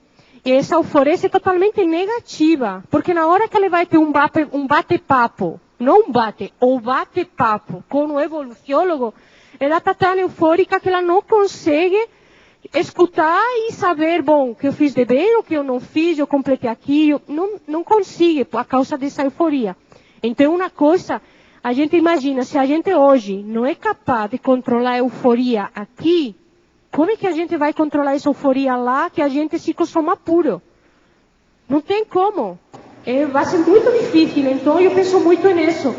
Assim, eu acho que eu teria uma melex imediata, se eu chegar lá com o euforex, não conseguir falar, não conseguir escutar o evolucionário, eu vou ficar muito decepcionada em mim mesma. Então, eu já começo a trabalhar essa euforia de uma forma sadia. O que seria uma euforia sadia? Eu entendo como uma manifestação de estar contenta, de estar satisfeita, de sentir-me contenta, orgulhosa por alguma coisa que eu fiz, mas não deixar que aquilo me salte o temperamento ao ponto de eu perder a lógica. E esse é o ponto mais complicado, mas eu tento. E esse ponto da verborrea aí, eu não vejo dentro desse item, vejo fora. Uhum. Aí seria o equilíbrio, encontrar o equilíbrio, né, nesse ponto. E você, que recursos você utilizou? Já ultrapassou isso? Da euforia menos sadia? Olha, o meu primeiro recurso, porque eu só fui ficar consciente de como a minha euforia me atrapalhava na convivência com o professor Valdo. Então a minha técnica era olhar para a sua cara. Quando eu começava a falar muito, eu olhava para o Valdo. Se o Valdo não olhava muito para mim, eu trocava de assunto muito rápido, eu falei, ixi, já estou fora.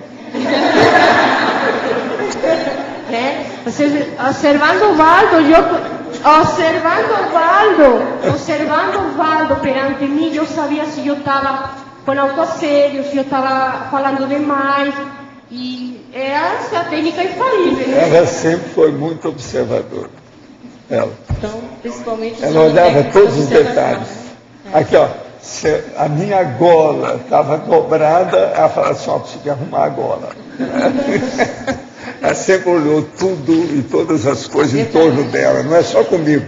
Objetos, situações, ela tem mesmo isso é um traforte. Essa foi uma das primeiras técnicas. Hoje eu não tenho mais essa convivência com o Valdo, está na Síria, mas hoje eu já consigo identificar, por exemplo, na minha fala, se eu falo muito rápido, por exemplo, na minha técnica, Rosa, eu comentei um verbete, eu coloquei 2 frases aqui, antes de começar a tertuliar.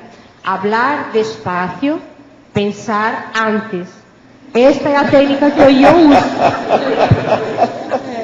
Pensar sempre antes de falar. Obrigada. Laura, aqui no ar. Fala, Tânia. Fatologia no meio da terceira linha lá em cima, de cima para baixo. Você pode falar um pouco desse anti-emocionalismo racional? Onde que está, Tânia? Patologia na página 97. Ah, tá. Ah, desculpa, 97. O anti-emocionalismo racional? Isso. Então, é assim, você pode pensar, mas isso é um paradoxo, porque anti-emocionalismo ele já deveria ser racional, mas nem sempre ele é. Você está propondo um anti-emocionalismo emocionado ou com outra qualificação? Não, fala como é que é isso para você, por favor. Eu estou colocando o anti-emocionalismo como sendo o contrário de anti-emoção, né? Anti é contra, então você não tem emoção, você está evitando a emoção. Mas você pode evitar a emoção de uma forma consciente ou de uma forma inconsciente. Por exemplo, pessoas muito reprimidas, elas não têm manifestação emocional. Porque são reprimidas, são fechadas, mas por dentro elas são muito emocionais, elas têm um problema para se comunicar com os outros. Então, aparentemente é uma anti-emocionalidade, mas ela não é racional, ela é totalmente inconsciente. Então, quando eu falo dessa não emocionalidade racional, ela é de fato, sabida, né? Sabida, consciente. Reconhecida. Eu quero não ser emocional nesse momento da minha vida. É racional, é diferente. Agora, o que seria o melhor, Tânia? O melhor seria a gente conseguir isso de uma forma espontânea e já não sei, racional e não racional, já é a manifestação. Mas como no caso a gente está falando da superação, então eu coloquei esse anti-emocionalismo. Muito obrigada, parabéns pelo verbete, muito legal. Graças. Laura, aqui no B, sim. Laura, página 96, na fatologia, 7ª linha de cima para baixo, no finalzinho dela. O ato de dizer não cosmoeticamente no momento oportuno. Como é que é isso? Assim, como é que você desenvolve essa técnica? Como é que é para você dizer não, às vezes até um convite, né, muito interessante, evolutivo até, mas que também está nas prioridades. Como é que você faz isso? Dá uma dica aí pra gente. Então, nesse exemplo, Isabel, que você colocou, vamos subir um convite social que vai tirar as 2 horas de escrita que você organizou no dia de você. Você vê que aquilo não é prioritário, você tem que dizer não. Mas você tem que dizer não sem ofender os outros, tem que dizer não, às vezes sem falar o motivo, porque os outros não vão compreender, porque dentro da FTI todo mundo entende que você prioriza a escrita, mas fora da comunidade não. Então, você vai fazer TNEPs, qualquer coisa assim, então você tem que ser muito sutil, muito amável, muito inteligente na hora de falar não para essa pessoa. E, sobretudo, você tem que estar muito consciente da carga, a carga de energia que você coloca naquele não. Porque eu ia minha atenção nesse não, porque quando a pessoa é muito emocional, muito exaltada, ela não controla a energia dela. Ela fala não e aquele não é arrasador. Mas para ela é normal, né? Eu tinha muito isso, Isabel. Eu falava com muita força, eu tenho muita energia, então eu falo as coisas de um jeito que para mim é normal. Mas quando eu comecei a observar a reação dos outros perante o meu não, as minhas palavras, aquilo eu vi que era devastador muitas vezes. Então você tem que ser cosmoética quando você se posiciona, quando você fala não, quando você dá um contra, mas tem que falar. Que você tem que priorizar na vida o que você acha importante. Mas sempre com muito cuidado do efeito halo que isso vai provocar nos outros. Muito bom, obrigada, Laura.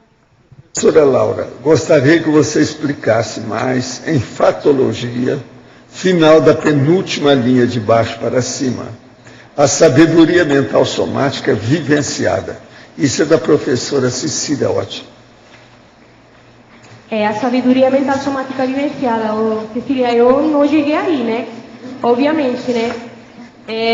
Mas eu posso imaginar, eu acho que isso deve ser o sono de consumo de qualquer pessoa agitadinha, assim, mais agitada, né? Porque eu entendo a sabedoria mental somática vivenciada como uma repercussão, um resultado, uma consequência dessa sobreposição mental somática. Quando você aplica muito o mental soma, você tem mais lógica, você tem mais sabedoria, né? Que a sabedoria da idade, do saber estar. Por exemplo, o professor Valdo fala muito que é bom que a gente vai cumprindo anos, porque vai ficando mais assentado, né? Por exemplo, nos países europeus se dá muito valor à pessoa idosa, muito valor à pessoa idosa, e se valoriza sobretudo a sabedoria da pessoa idosa por ela já ter um assentamento, uma tranquilidade, uma estabilidade na vida que quando você é mais novo você não tem. Então eu vejo assim essa sabedoria mental somática vivenciada através da sobreposição mental somática, da lógica da ponderação, você vai ficando mais calmo e vai dando uma sabedoria, um saber estar e tudo mais. Sincronicamente, hoje é o Dia Global contra os Gastos Militares.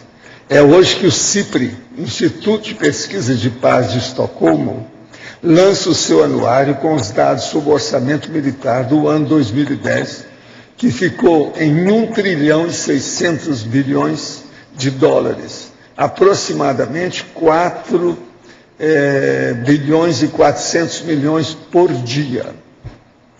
Uma ação global que em mais de 100 países está ocorrendo em todo o mundo por conta dessa condição.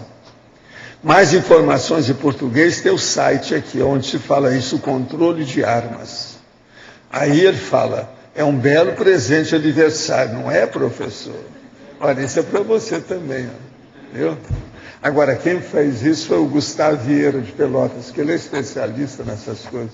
Agora, eu estou sabendo que tem o CIPRI, eu já estava sabendo disso. E eles lançam mesmo. Agora, que não é fácil isso internacionalmente. A arma é uma coisa que foi feita para matar.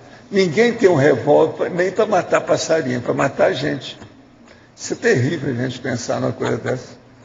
Agora, ó, professora Laura, sugiro substituir a expressão superdotação por habilidades especiais, expressão mais atual.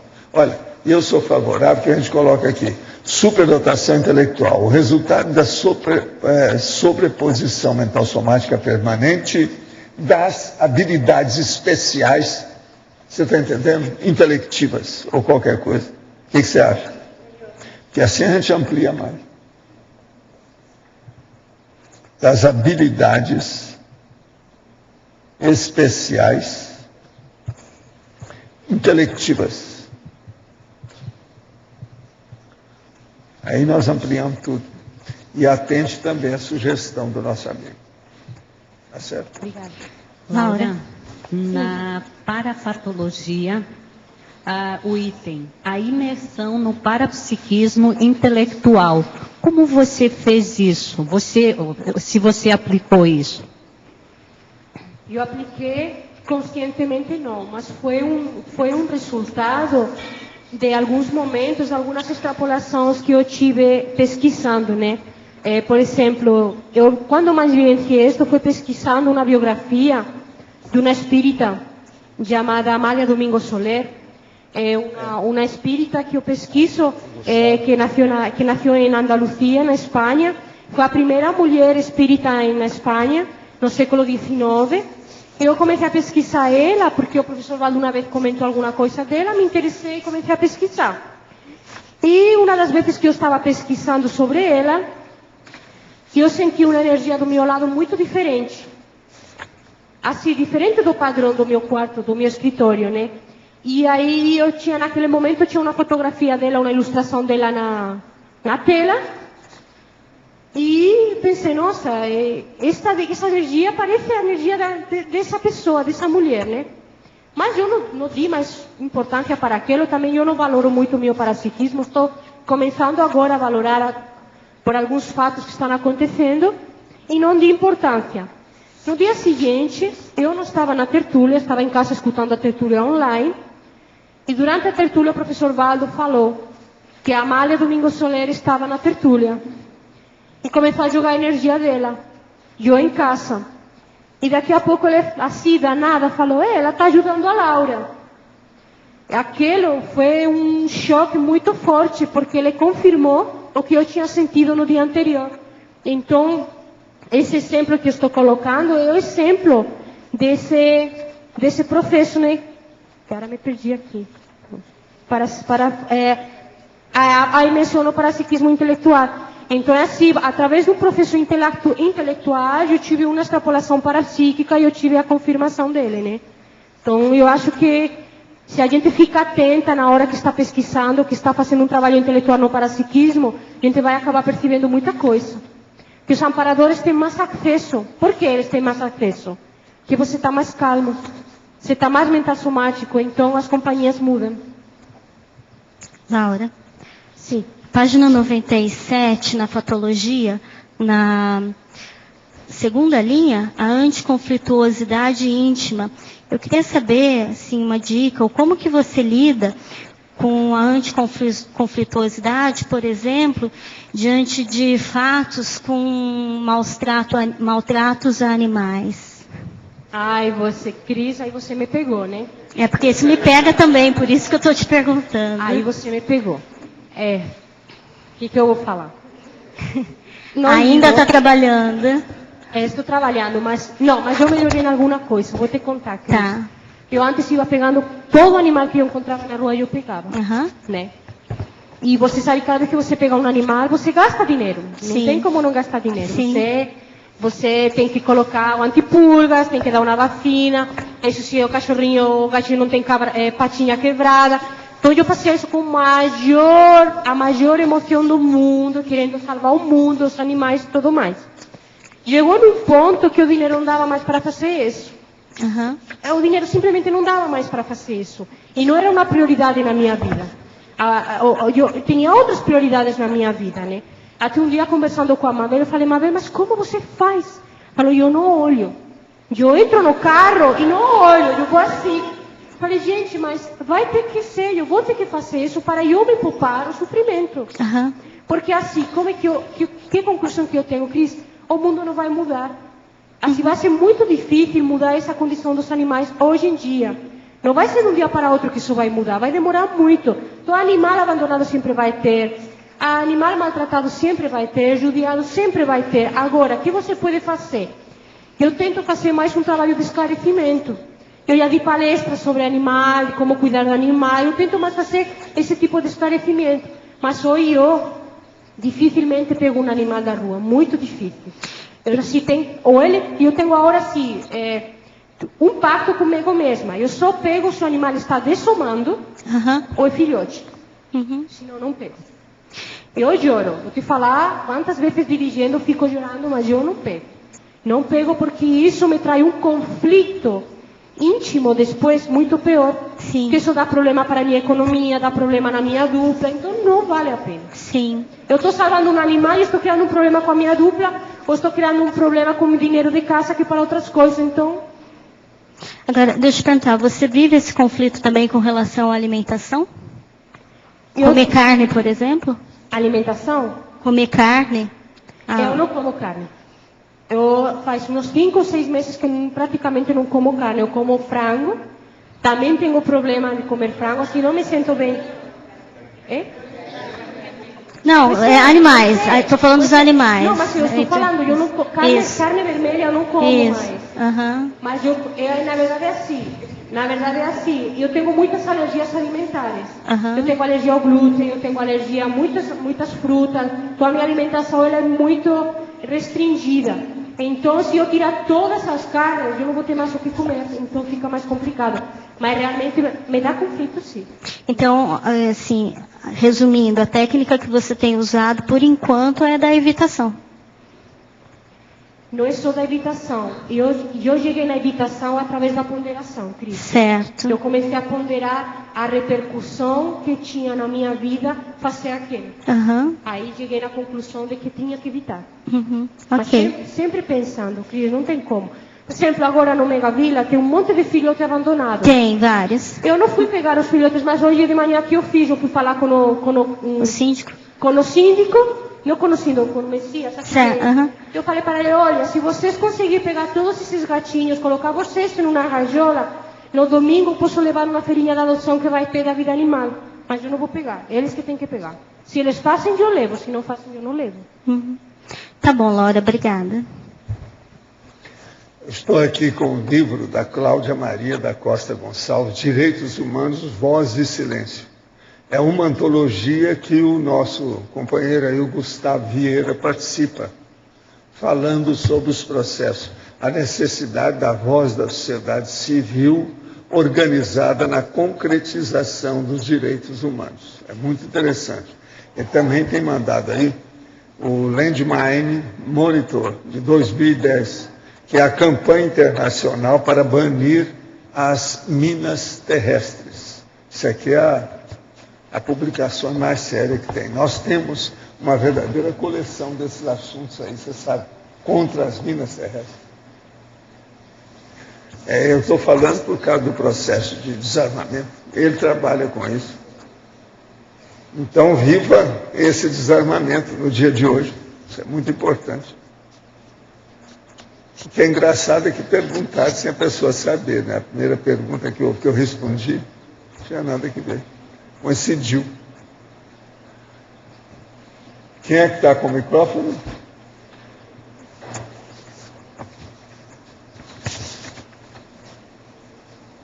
Eu queria destacar aqui também na interdisciplinologia a autoconscienciometrologia, que seria o conhecimento de si mesmo. E acho muito importante a gente fazer uma avaliação do temperamento para a gente conseguir aplicar a técnica da sobreposição mental somática, porque se você não sabe onde é que você está falhando, como é que vai colocar a sobreposição? Então acho muito importante o conhecimento, a observação do temperamento para depois fazer a profilaxia. Você fala também em recinologia, que é a reciclagem interconsciencial aí no caso. Laura? Sim. É Gisele aqui atrás. Sim, pode falar, Gisele. Laura, caso você tenha tido a oportunidade de fazer o laboratório da imobilidade física Vigil aqui na tecnologia, poderia falar um pouquinho dele e as suas experiências na sobreposição mental somática? Então, Gisele, a primeira vez que eu apliquei o laboratório da imobilidade foi antes de chegar aqui no Brasil. Foi em Barcelona, eu apliquei no meu quarto. A primeira vez eu consegui ficar só 1 hora e na segunda vez eu consegui. E foi assim, para mim foi uma euforia total. Eu nunca na minha vida, já faz muito tempo disso, faz quase uns 15 anos atrás, eu nunca tinha conseguido ficar quieta, psicomotormente, corpo, soma, quieto, mais de 5 minutos, 6 minutos. Eu sou super agitada, então aquilo para mim foi assim, uma euforia que durou muito tempo em mim, muito tempo. E quando eu cheguei aqui em Foz, tive um período que eu fiz 10 laboratórios de mobilidade consecutivos, um dia atrás do outro no mesmo horário. Eu não consegui as 3 horas, nenhum dia. Mas eu tento, né? É um laboratório que eu acho uma prova de fogo para alguém com problema psicomotor mesmo, como é o meu caso. E eu sou hiperativa, né? Então, o controle do soma mesmo para o hiperativo é uma coisa muito complicada, muito difícil. E eu tentei durante 10 vezes, fiz consecutivo, mas sempre ajudou. Nunca foi uma coisa negativa, sempre me ajudou muito. E você vê muita gente que consegue ficar as 3 horas tranquilamente. Agora, para nós, que somos mais hiperativos, é um desafio, é um mega desafio mesmo. A reflexão das 5 horas que eu coloquei num decrescendo, né? Aqui mais onde que era que eu falei de morder a língua, que o Arlindo perguntou, aí coloquei a imobilidade física e coloquei a técnica da reflexão. A técnica da reflexão ainda não encarei, mas eu vejo como crescendo, né? Então, quando eu conseguir ficar aquelas 3 horas no laboratório várias vezes, aí eu vou partir para a outra técnica da reflexão. Obrigada.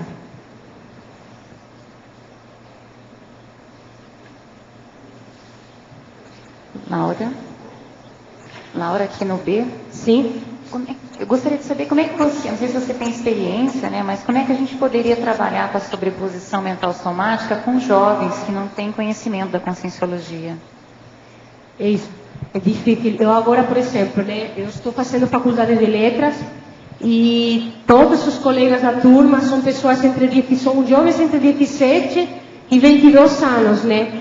Eles têm uma dificuldade até para ficar quietos na aula mais de 1 hora, para prestar atenção. Eles ficam falando, ficam brincando, eles querem sair para o banheiro, volta. É muito difícil. Eu não sei como te falar para ajudar, mas realmente o que eu faço desde a minha posição como aluna, colega deles, eu dou exemplo. Eu sou exemplo, né? Eu dou exemplo, eu tento transmitir para eles a importância de ficar estudando, de ficar se concentrando nas coisas. E alguns estão melhorando muito. Tem 2 em concreto, colegas meus, que eles estão assim. Nós estamos já no 2º ano e a transformação deles foi impressionante. E foi só eles ficar do meu lado e eu dando exemplo todo dia. Mas é muito difícil, porque eles não priorizam o estudo, eles não priorizam... eles priorizam mais trabalho, ganhar dinheiro, eles têm outros anelos na vida deles, né? Vocês têm que ir captando os que têm possibilidades e fazer assistência neles, que são bem poucos. Só para ajudar, uma coisa que eu tenho usado na sala de aula, principalmente no primeiro período, é fazer com que eles leiam em sala. Mas é assim, ó, eu começo em 15 minutos, mais de 15 minutos eles não aguentam no começo. Hoje eu fiz, semana passada eu peguei uma turma, mas eles já estão no 7º período. Eles leram 1h15 sem falar. Eu achei aquilo, eles não falaram, eles leram 1h15 mudo. Eu fiquei espantada. Mas no primeiro período tem que ser assim, 15 minutos. Aí você vai testando, aí depois você põe 20 minutos, e aí eles vão se acostumando, até que eles se habituem, porque eles são muito novos. 16 anos, eles não aprenderam isso na escola, muitas vezes, não tiveram oportunidade. O texto que eles trazem para a faculdade é um texto mais denso, então eles já começam a se irritar. Mas se for devagar nesse treinamento, pode chegar a conseguir uma maior quantidade de tempo parado, né? Laura, aqui Michele. Eu queria que você me ajudasse a entender, porque você comenta da questão da hiperatividade e ao mesmo tempo da condição da dispersão, né, da euforia. Mas eu também percebo muito em você uma condição que você é muito minuciosa, você é detalhista, super atenta, né, tem muita habilidade, né, de organização das coisas. O que você acha que dessa vida você desenvolveu? Você acha que, por exemplo, essa condição da hiperatividade, da agitação é dessa vida ou é de outra? Ou essa outra condição, entendeu? De ser mais centrado, detalhista. O que você pode analisar dessa questão? Assim, Michele, eu acho que tanto uma como outra eu não tenho por primeira vez. Eu não acho que eu sou hiperativa por primeira vez, nem impulsiva por primeira vez, porque é uma coisa muito marcante no meu temperamento. Porque assim, eu tenho dislexia, eu tenho hiperatividade e algumas outras cositas mais. Eu não tomo remédio para nenhuma dessas doenças e eu tento lidar com essas patologias que eu tenho de uma forma mental somática. Eu estudo muito, eu leio muito. Eu acho que essa parte da atenção, que eu sou muito observadora, muito minuciosa, muito organizada, eu acho como uma coisa que me ajuda muito nessas minhas outras patologias. Então, de repente, pode ser alguma coisa que eu já tinha, ou de repente pode ser algum tipo de trégua que os amparadores me deram para eu poder lidar com as outras coisas, né? Tipo assim, você não tinha, mas vai ter para te ajudar no outro, né? Porque realmente isso me ajuda muito. Agora, eu também tenho, às vezes, uma observação exaltada, patológica também. Isso também é patológico. Quando você começa a prestar muita atenção às coisas de fora, você deixa de prestar atenção a você. Então, isso também é patológico. Você tira um pouco de você e começa a observar as outras coisas. E você coloca muita energia no que os outros fazem, nos detalhes, se o teto está com água, ou se a camisa do enxoval está desarrumada, isso também não é sabio. Tudo tem um ponto, né? Então, quando eu vejo que está ultrapassando essa coisa mais equilibrada, eu também vejo isso como uma coisa patológica, e eu tento voltar para trás. Mas eu vou compensando as duas coisas, Michele, uma com a outra. Então, você acha que não é propriamente dessa vida, desse corpo? Eu não sei. Temperamento hiperativo, saltado emocional, impulsivo, eu acho que eu tenho há muitas vidas. Eu acho que tenho, levado. Isso aí não é uma vida. Temperamento não é da agora, vem de trás. Agora, essa outra parte de ser mais organizada, sinceramente não sei se é da agora ou já tinha. Não, você está começando a fazer isso mais. Eu te conheço há algum tempo, você melhorou muito. Você é muito mais hoje, mais assentada. Uma outra coisa, você fala muito menos atualmente, isso é importantíssimo. Para quem te conheceu, você está entendendo? Mas se fala... Que ela era uma máquina em matéria de laringo chakra. Entendeu? Agora, atualmente, essa máquina está mais assim, educada, composta, bem arrumadinha. Isso é muito importante. Mas isso eu fiz de uma forma consciente. Foi. Totalmente consciente. Foi muito esbregue. Foi muito olhar no vale em cima de mim. Foi muito esbregue, ela se acertou o passo nessa história. Mas eu fui organizada desde que eu era muito criança. Muito criança. Agora, o que ajuda a Laura mesmo, duro, é a capacidade de elaboração mental dela. Isso prejudicava ela. Ela elaborava tanto que passava da conta. Eu e o Sandro sempre falamos alguma coisa. Não é bem assim. Calma. Hoje ela já está mais contida, acertada, arrumada, se equilibrou. Então, a elaboração mental é a coisa mais séria. É a pensionização da pessoa. Isso aí ela sempre teve com muita exaltação. Entende? A mais do que a necessidade. Então agora, ela acertando desse jeito, vai melhorar cada vez mais. Foi aí que eu falei com ela, vai estudar a vida do Lastanossa, meu amigo lá, etc.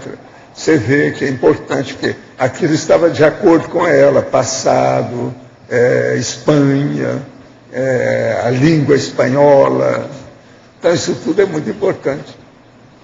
Nesse caso, eu acho que influiu muito em você. Totalmente. Agora, eu acho que a Laura sempre foi desperdiçada. Agora ela está ajustando. Hoje, ela está se tornando verbetógrafa. Eu quero saber quando é que vem os próximos 50 verbetes. Ovaldo, o segundo que eu estou fazendo, você vai adorar. É feito para mim mesmo. É feudalismo. É feudalismo, Então tá. Está bem dentro da nosso holopenseiro. Eu queria fazer um sobre monarquia. Aqui, eu já me coloquei lá dentro, o nosso holopenseiro.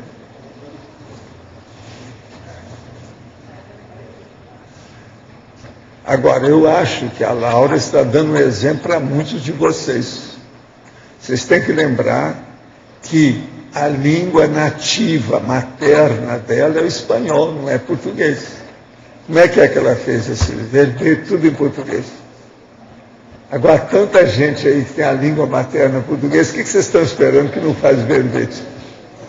Eu acho que nesse aspecto, ela está dando exemplo. Vocês estão vendo que ela usa uma série de nomes ainda e palavras que ela põe no espanhol. Às vezes não é bem espanhol, é mais castelhano. Ela influi no negócio, ela põe, ela nem vê que colocou.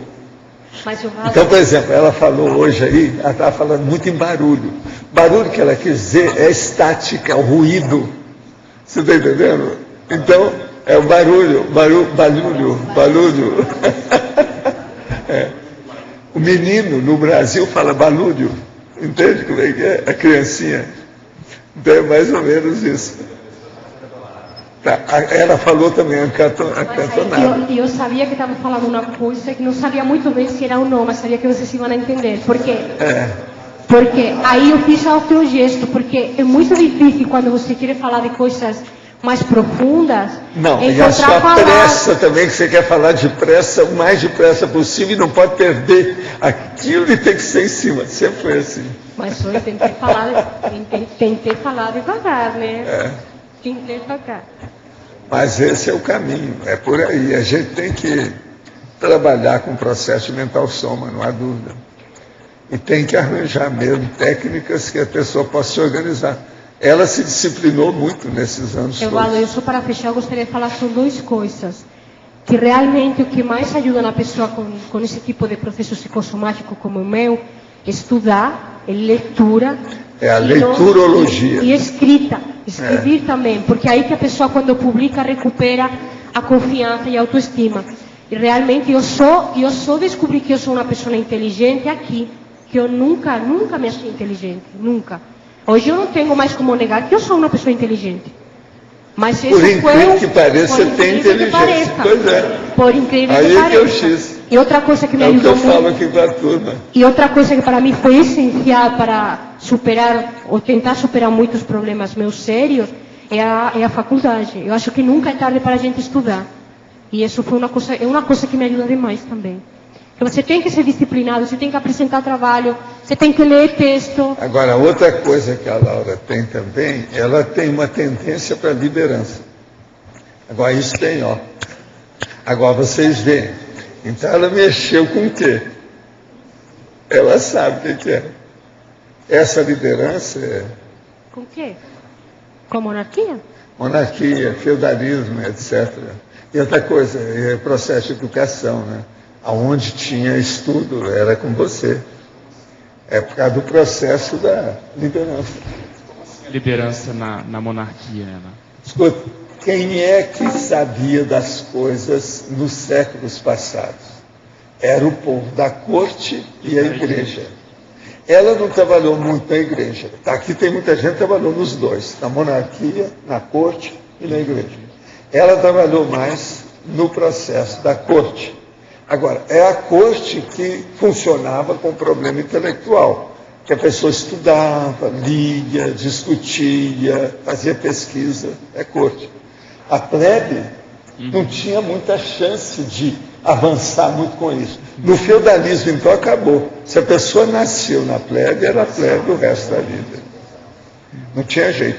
Então, isso mostra que ela esteve na monarquia. Não tem saída para isso. Agora, essa liderança era dentro da própria monarquia que ela tinha? Dentro da própria. Não, aí tem um negócio chamado hierarquia. Entendi. As condições. Mas a minha hierarquia era a última. Do jeito que tem hierarquia militar, a hierarquia evolutiva. Baronesa, existe. Quem é que foi ela? Sei lá, ela que sabe. Eu não entro nessa. Também não vai mudar nada. Claro, mas... Não adianta eu falar que ela foi baronesa, sendo que na verdade ela foi condessa. Não vou entrar nessa, não tem nada a ver com isso. Porque isso não muda nada. Mas agora, ela mostra o que a gente vê, a ponta do iceberg, é que tem alguma coisa lá dentro, está na cara. Foi por isso que eu falei os casos do Lastanossa, essa coisa toda. Porque o Lastanossa é justamente essa área nossa, sabe? É meu amigo e tal. Mas só uma pergunta. Por que no caso dela, uma vez que muita gente aqui passou, como você mesmo ainda há pouco afirmou, passou pela monarquia, por que no caso dela é tão forte ainda? Você ressalta isso. Qual foi o diferencial que no caso dela fixou mais? Ela traz isso nesse processo do ansiosismo. Ela agora que está acabando com o ansiosismo. Ela tinha a síndrome da precipitação. A síndrome da impulsividade. Mas tem outras pessoas que têm muita impulsividade e não é tão mas ligado. No caso dela, como diz o francês, salta aos olhos. Quer dizer, o negócio vem na sua cara, está na cara. Não mas, se diga. Seguindo aqui a Nara, seguindo aqui no caminho do Lodge, a Laura é nova aristocracia, não é? É nova aristocracia, né? No período da aristocracia, vamos dizer, a transição da antiga Quem clássica entrou aristocracia. na nova aristocracia é porque pertenceu às antigas. Necessariamente. Agora veja, essas coisas no Egito Antigo já havia. Ok, agora me explica então. Vamos pensar large, grandão, para a gente ver como agora, é que é. Isso não é criado na hora para outra. Mas o que diferencia tanto, vamos dizer, como é que é tão diferente, como é que funcionou essa questão da nova aristocracia? Eu sempre tive essa dúvida. Ela não a tem questão jeito da de esconder isso. Oi? Ela não tem jeito de esconder isso. Então, conclusão. Quantas vidas ela esteve assim? São muitas. E outra coisa, quantas vidas consecutivas isso aconteceu com ela? Sim.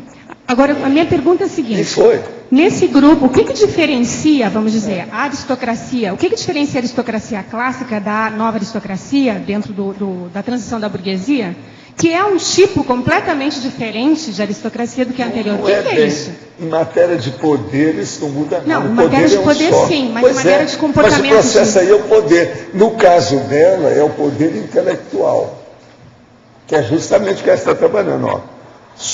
Sobreposição mental somática, é o processo mental somático. E a base é essa. Agora veja, eu não vejo que ela... hoje ela tem assim uma tendência para a arte. Não é. O processo intelectual. Então isso mostra que ela foi homem, intelectual também. Agora, problema de tempo, aonde foi, como é agora, tudo foi. Muita coisa dela foi normal. Uma outra coisa também que eu vejo muito na Laura, que é essa questão da preocupação que ela tem com as boas maneiras, com a boa educação, com a boa mesa, com um bom trato. A finesse. Pois é, com a finesse. Isso tudo é o negócio do passado. Ok, agora, de uma maneira geral, isso tudo mexe com ela, os primeiros tratados todos de boas maneiras, eles acontecem com a nova aristocracia, né? Porque é uma mudança de hábito, né? Quer dizer, isso é da nova aristocracia, não é da aristocracia clássica. Agora, ó, só veja o primeiro tempo. Você está falando do segundo, tá? Isso. Tem que olhar o primeiro. Então, Valdo, até que ponto essa pergunta da Michelle de eu ser tão organizada e tão observadora já vem também desse processo. Alguma coisa. Alguma coisa. Só que tem que você embaralhou o meio de campo. Quer dizer, houve uma... Dentro da sua organização, você foi muito dispersiva devido às vidas consecutivas. E aí isso agora, com o curso intermissivo, começou a pensar tudo, a ponderar, para ter uma visão de conjunto, que é o que está acontecendo com você. Então a minha afinidade com Lascanosa vem por essa intelectualidade dentro da monarquia. Agora, com liderança. Não pode esquecer nunca aí o processo de liderança. Olha, ó, meus parabéns para você, que agora já está na hora.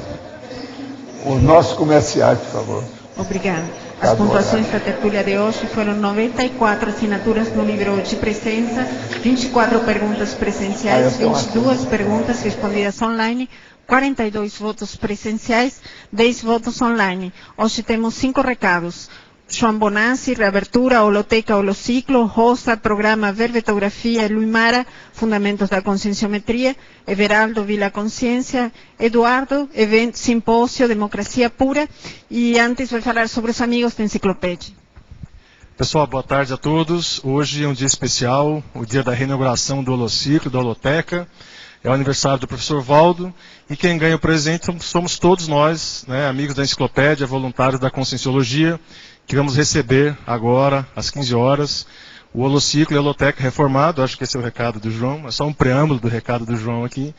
Então é o nosso recado principal para vocês. E lembrando as pessoas que tiveram a sua inscrição vencida no programa Amigos da Enciclopédia, para que renovem a sua inscrição e façam parte desse grupo que hoje ultrapassou o nosso recorde. Nós tínhamos 368 amigos o ano passado, e esse ano batemos a casa dos 370. Então a nossa meta de grupo é ultrapassar 400 amigos da enciclopédia.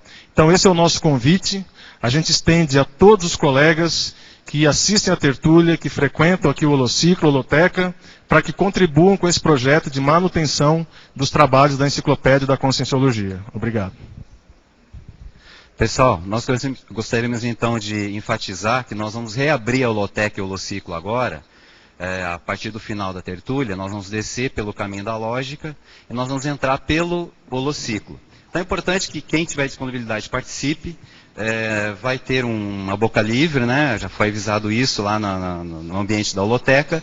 E nós vamos percorrer então o holociclo e vamos até o final da holoteca. Todos estão convidados e a gente vai passar mais algumas informações lá.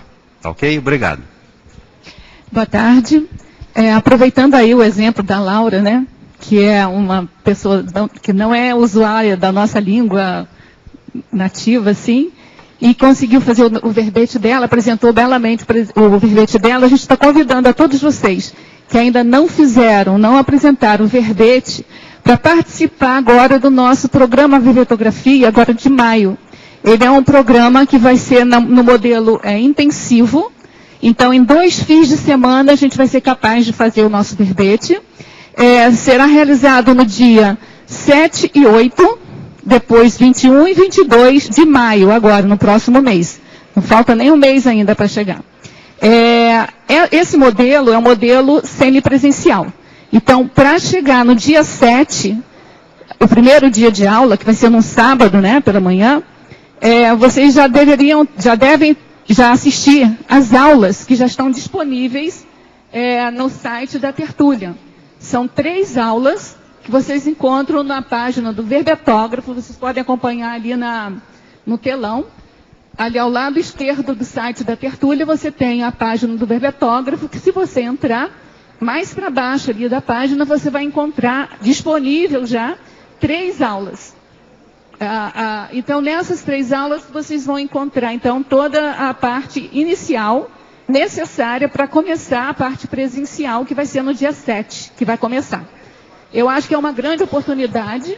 Eu acho que quem mora aqui tem uma boa oportunidade, né, de fazer só no final de semana. E quem mora distante de Foz do Iguaçu, se conseguir liberar 16 dias consecutivos, ele pode vir passar o fim de semana trabalhando conosco no programa, depois ele passa 2 semanas lá no holociclo, que já está sendo reaberto, e depois no último final de semana, então, ou seja, no terceiro final de semana consecutivo, aí ele volta a terminalidade, a concluir o verbete dele.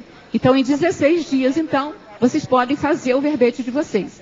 Eu acho que é uma grande oportunidade, a gente convida todos vocês. Tá bom? Obrigada. Boa tarde, pessoal. Para quem quer aprofundar já o autoconhecimento, a partir de técnicas conscienciométricas, nós temos na Conscius o programa autoconscienciométrico. Então, ele é constituído de 3 etapas, que é o Fundamentos da Conscienciometria, que é 6 meses de atividade, que nós temos iniciando agora no dia 26 de abril, às terças-feiras à noite, das 19h30 às 22 horas. São 25 aulas, 6 meses. Quem já tiver concluído essa etapa, nós temos uma turma iniciando no dia 1º de maio, aos domingos, das 15 às 17h30. Essa turma é de Recim 1, é para quem já concluiu fundamentos e vai preencher o gráfico correspondendo às 2.000 questões do conscienciograma. Para quem já concluiu também essa segunda etapa, nós temos iniciando o Recim 2, onde o objetivo é o aprofundamento do conscienciograma.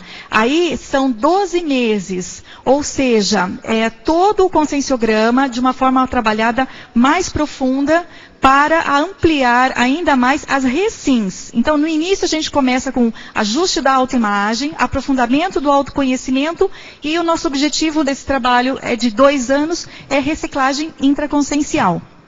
A turma também vai estar iniciando de Recim 2, terças-feiras, do dia 26 de abril. Então, nós vamos ter 2 salas em paralelo, 2 atividades da Conscius às terças-feiras. Uma turma de fundamentos e outra de Recim 2. As inscrições são direto na recepção do CAEC.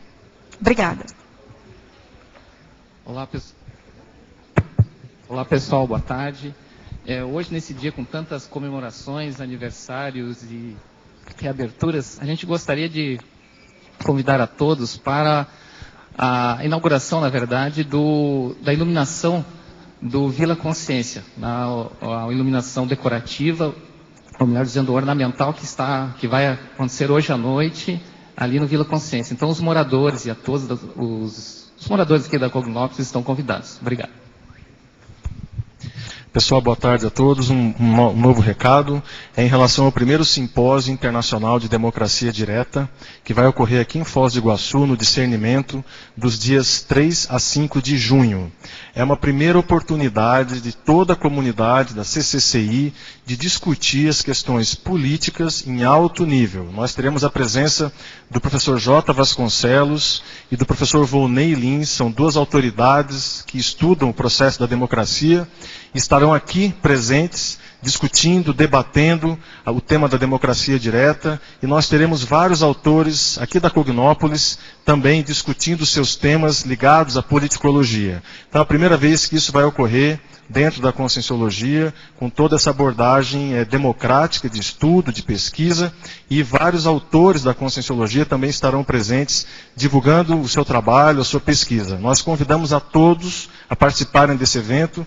As inscrições estão ocorrendo no CAEC, na recepção do CAEC. Agora, até dia 30 de abril, tem um desconto especial para quem se inscrever, e nós convidamos aí a todos, e também aquelas pessoas que já estão na Conscienciologia há muito tempo, há mais de 10, 15 anos, para vir contribuir e dar a sua participação, a sua colaboração nessa pesquisa, nesse trabalho da politicologia. Obrigado. O verbete eleito para amanhã é suporte mnemônico, especialidade mnemosomatologia. Autora Ana Rocha. Obrigada e boa tarde a todos.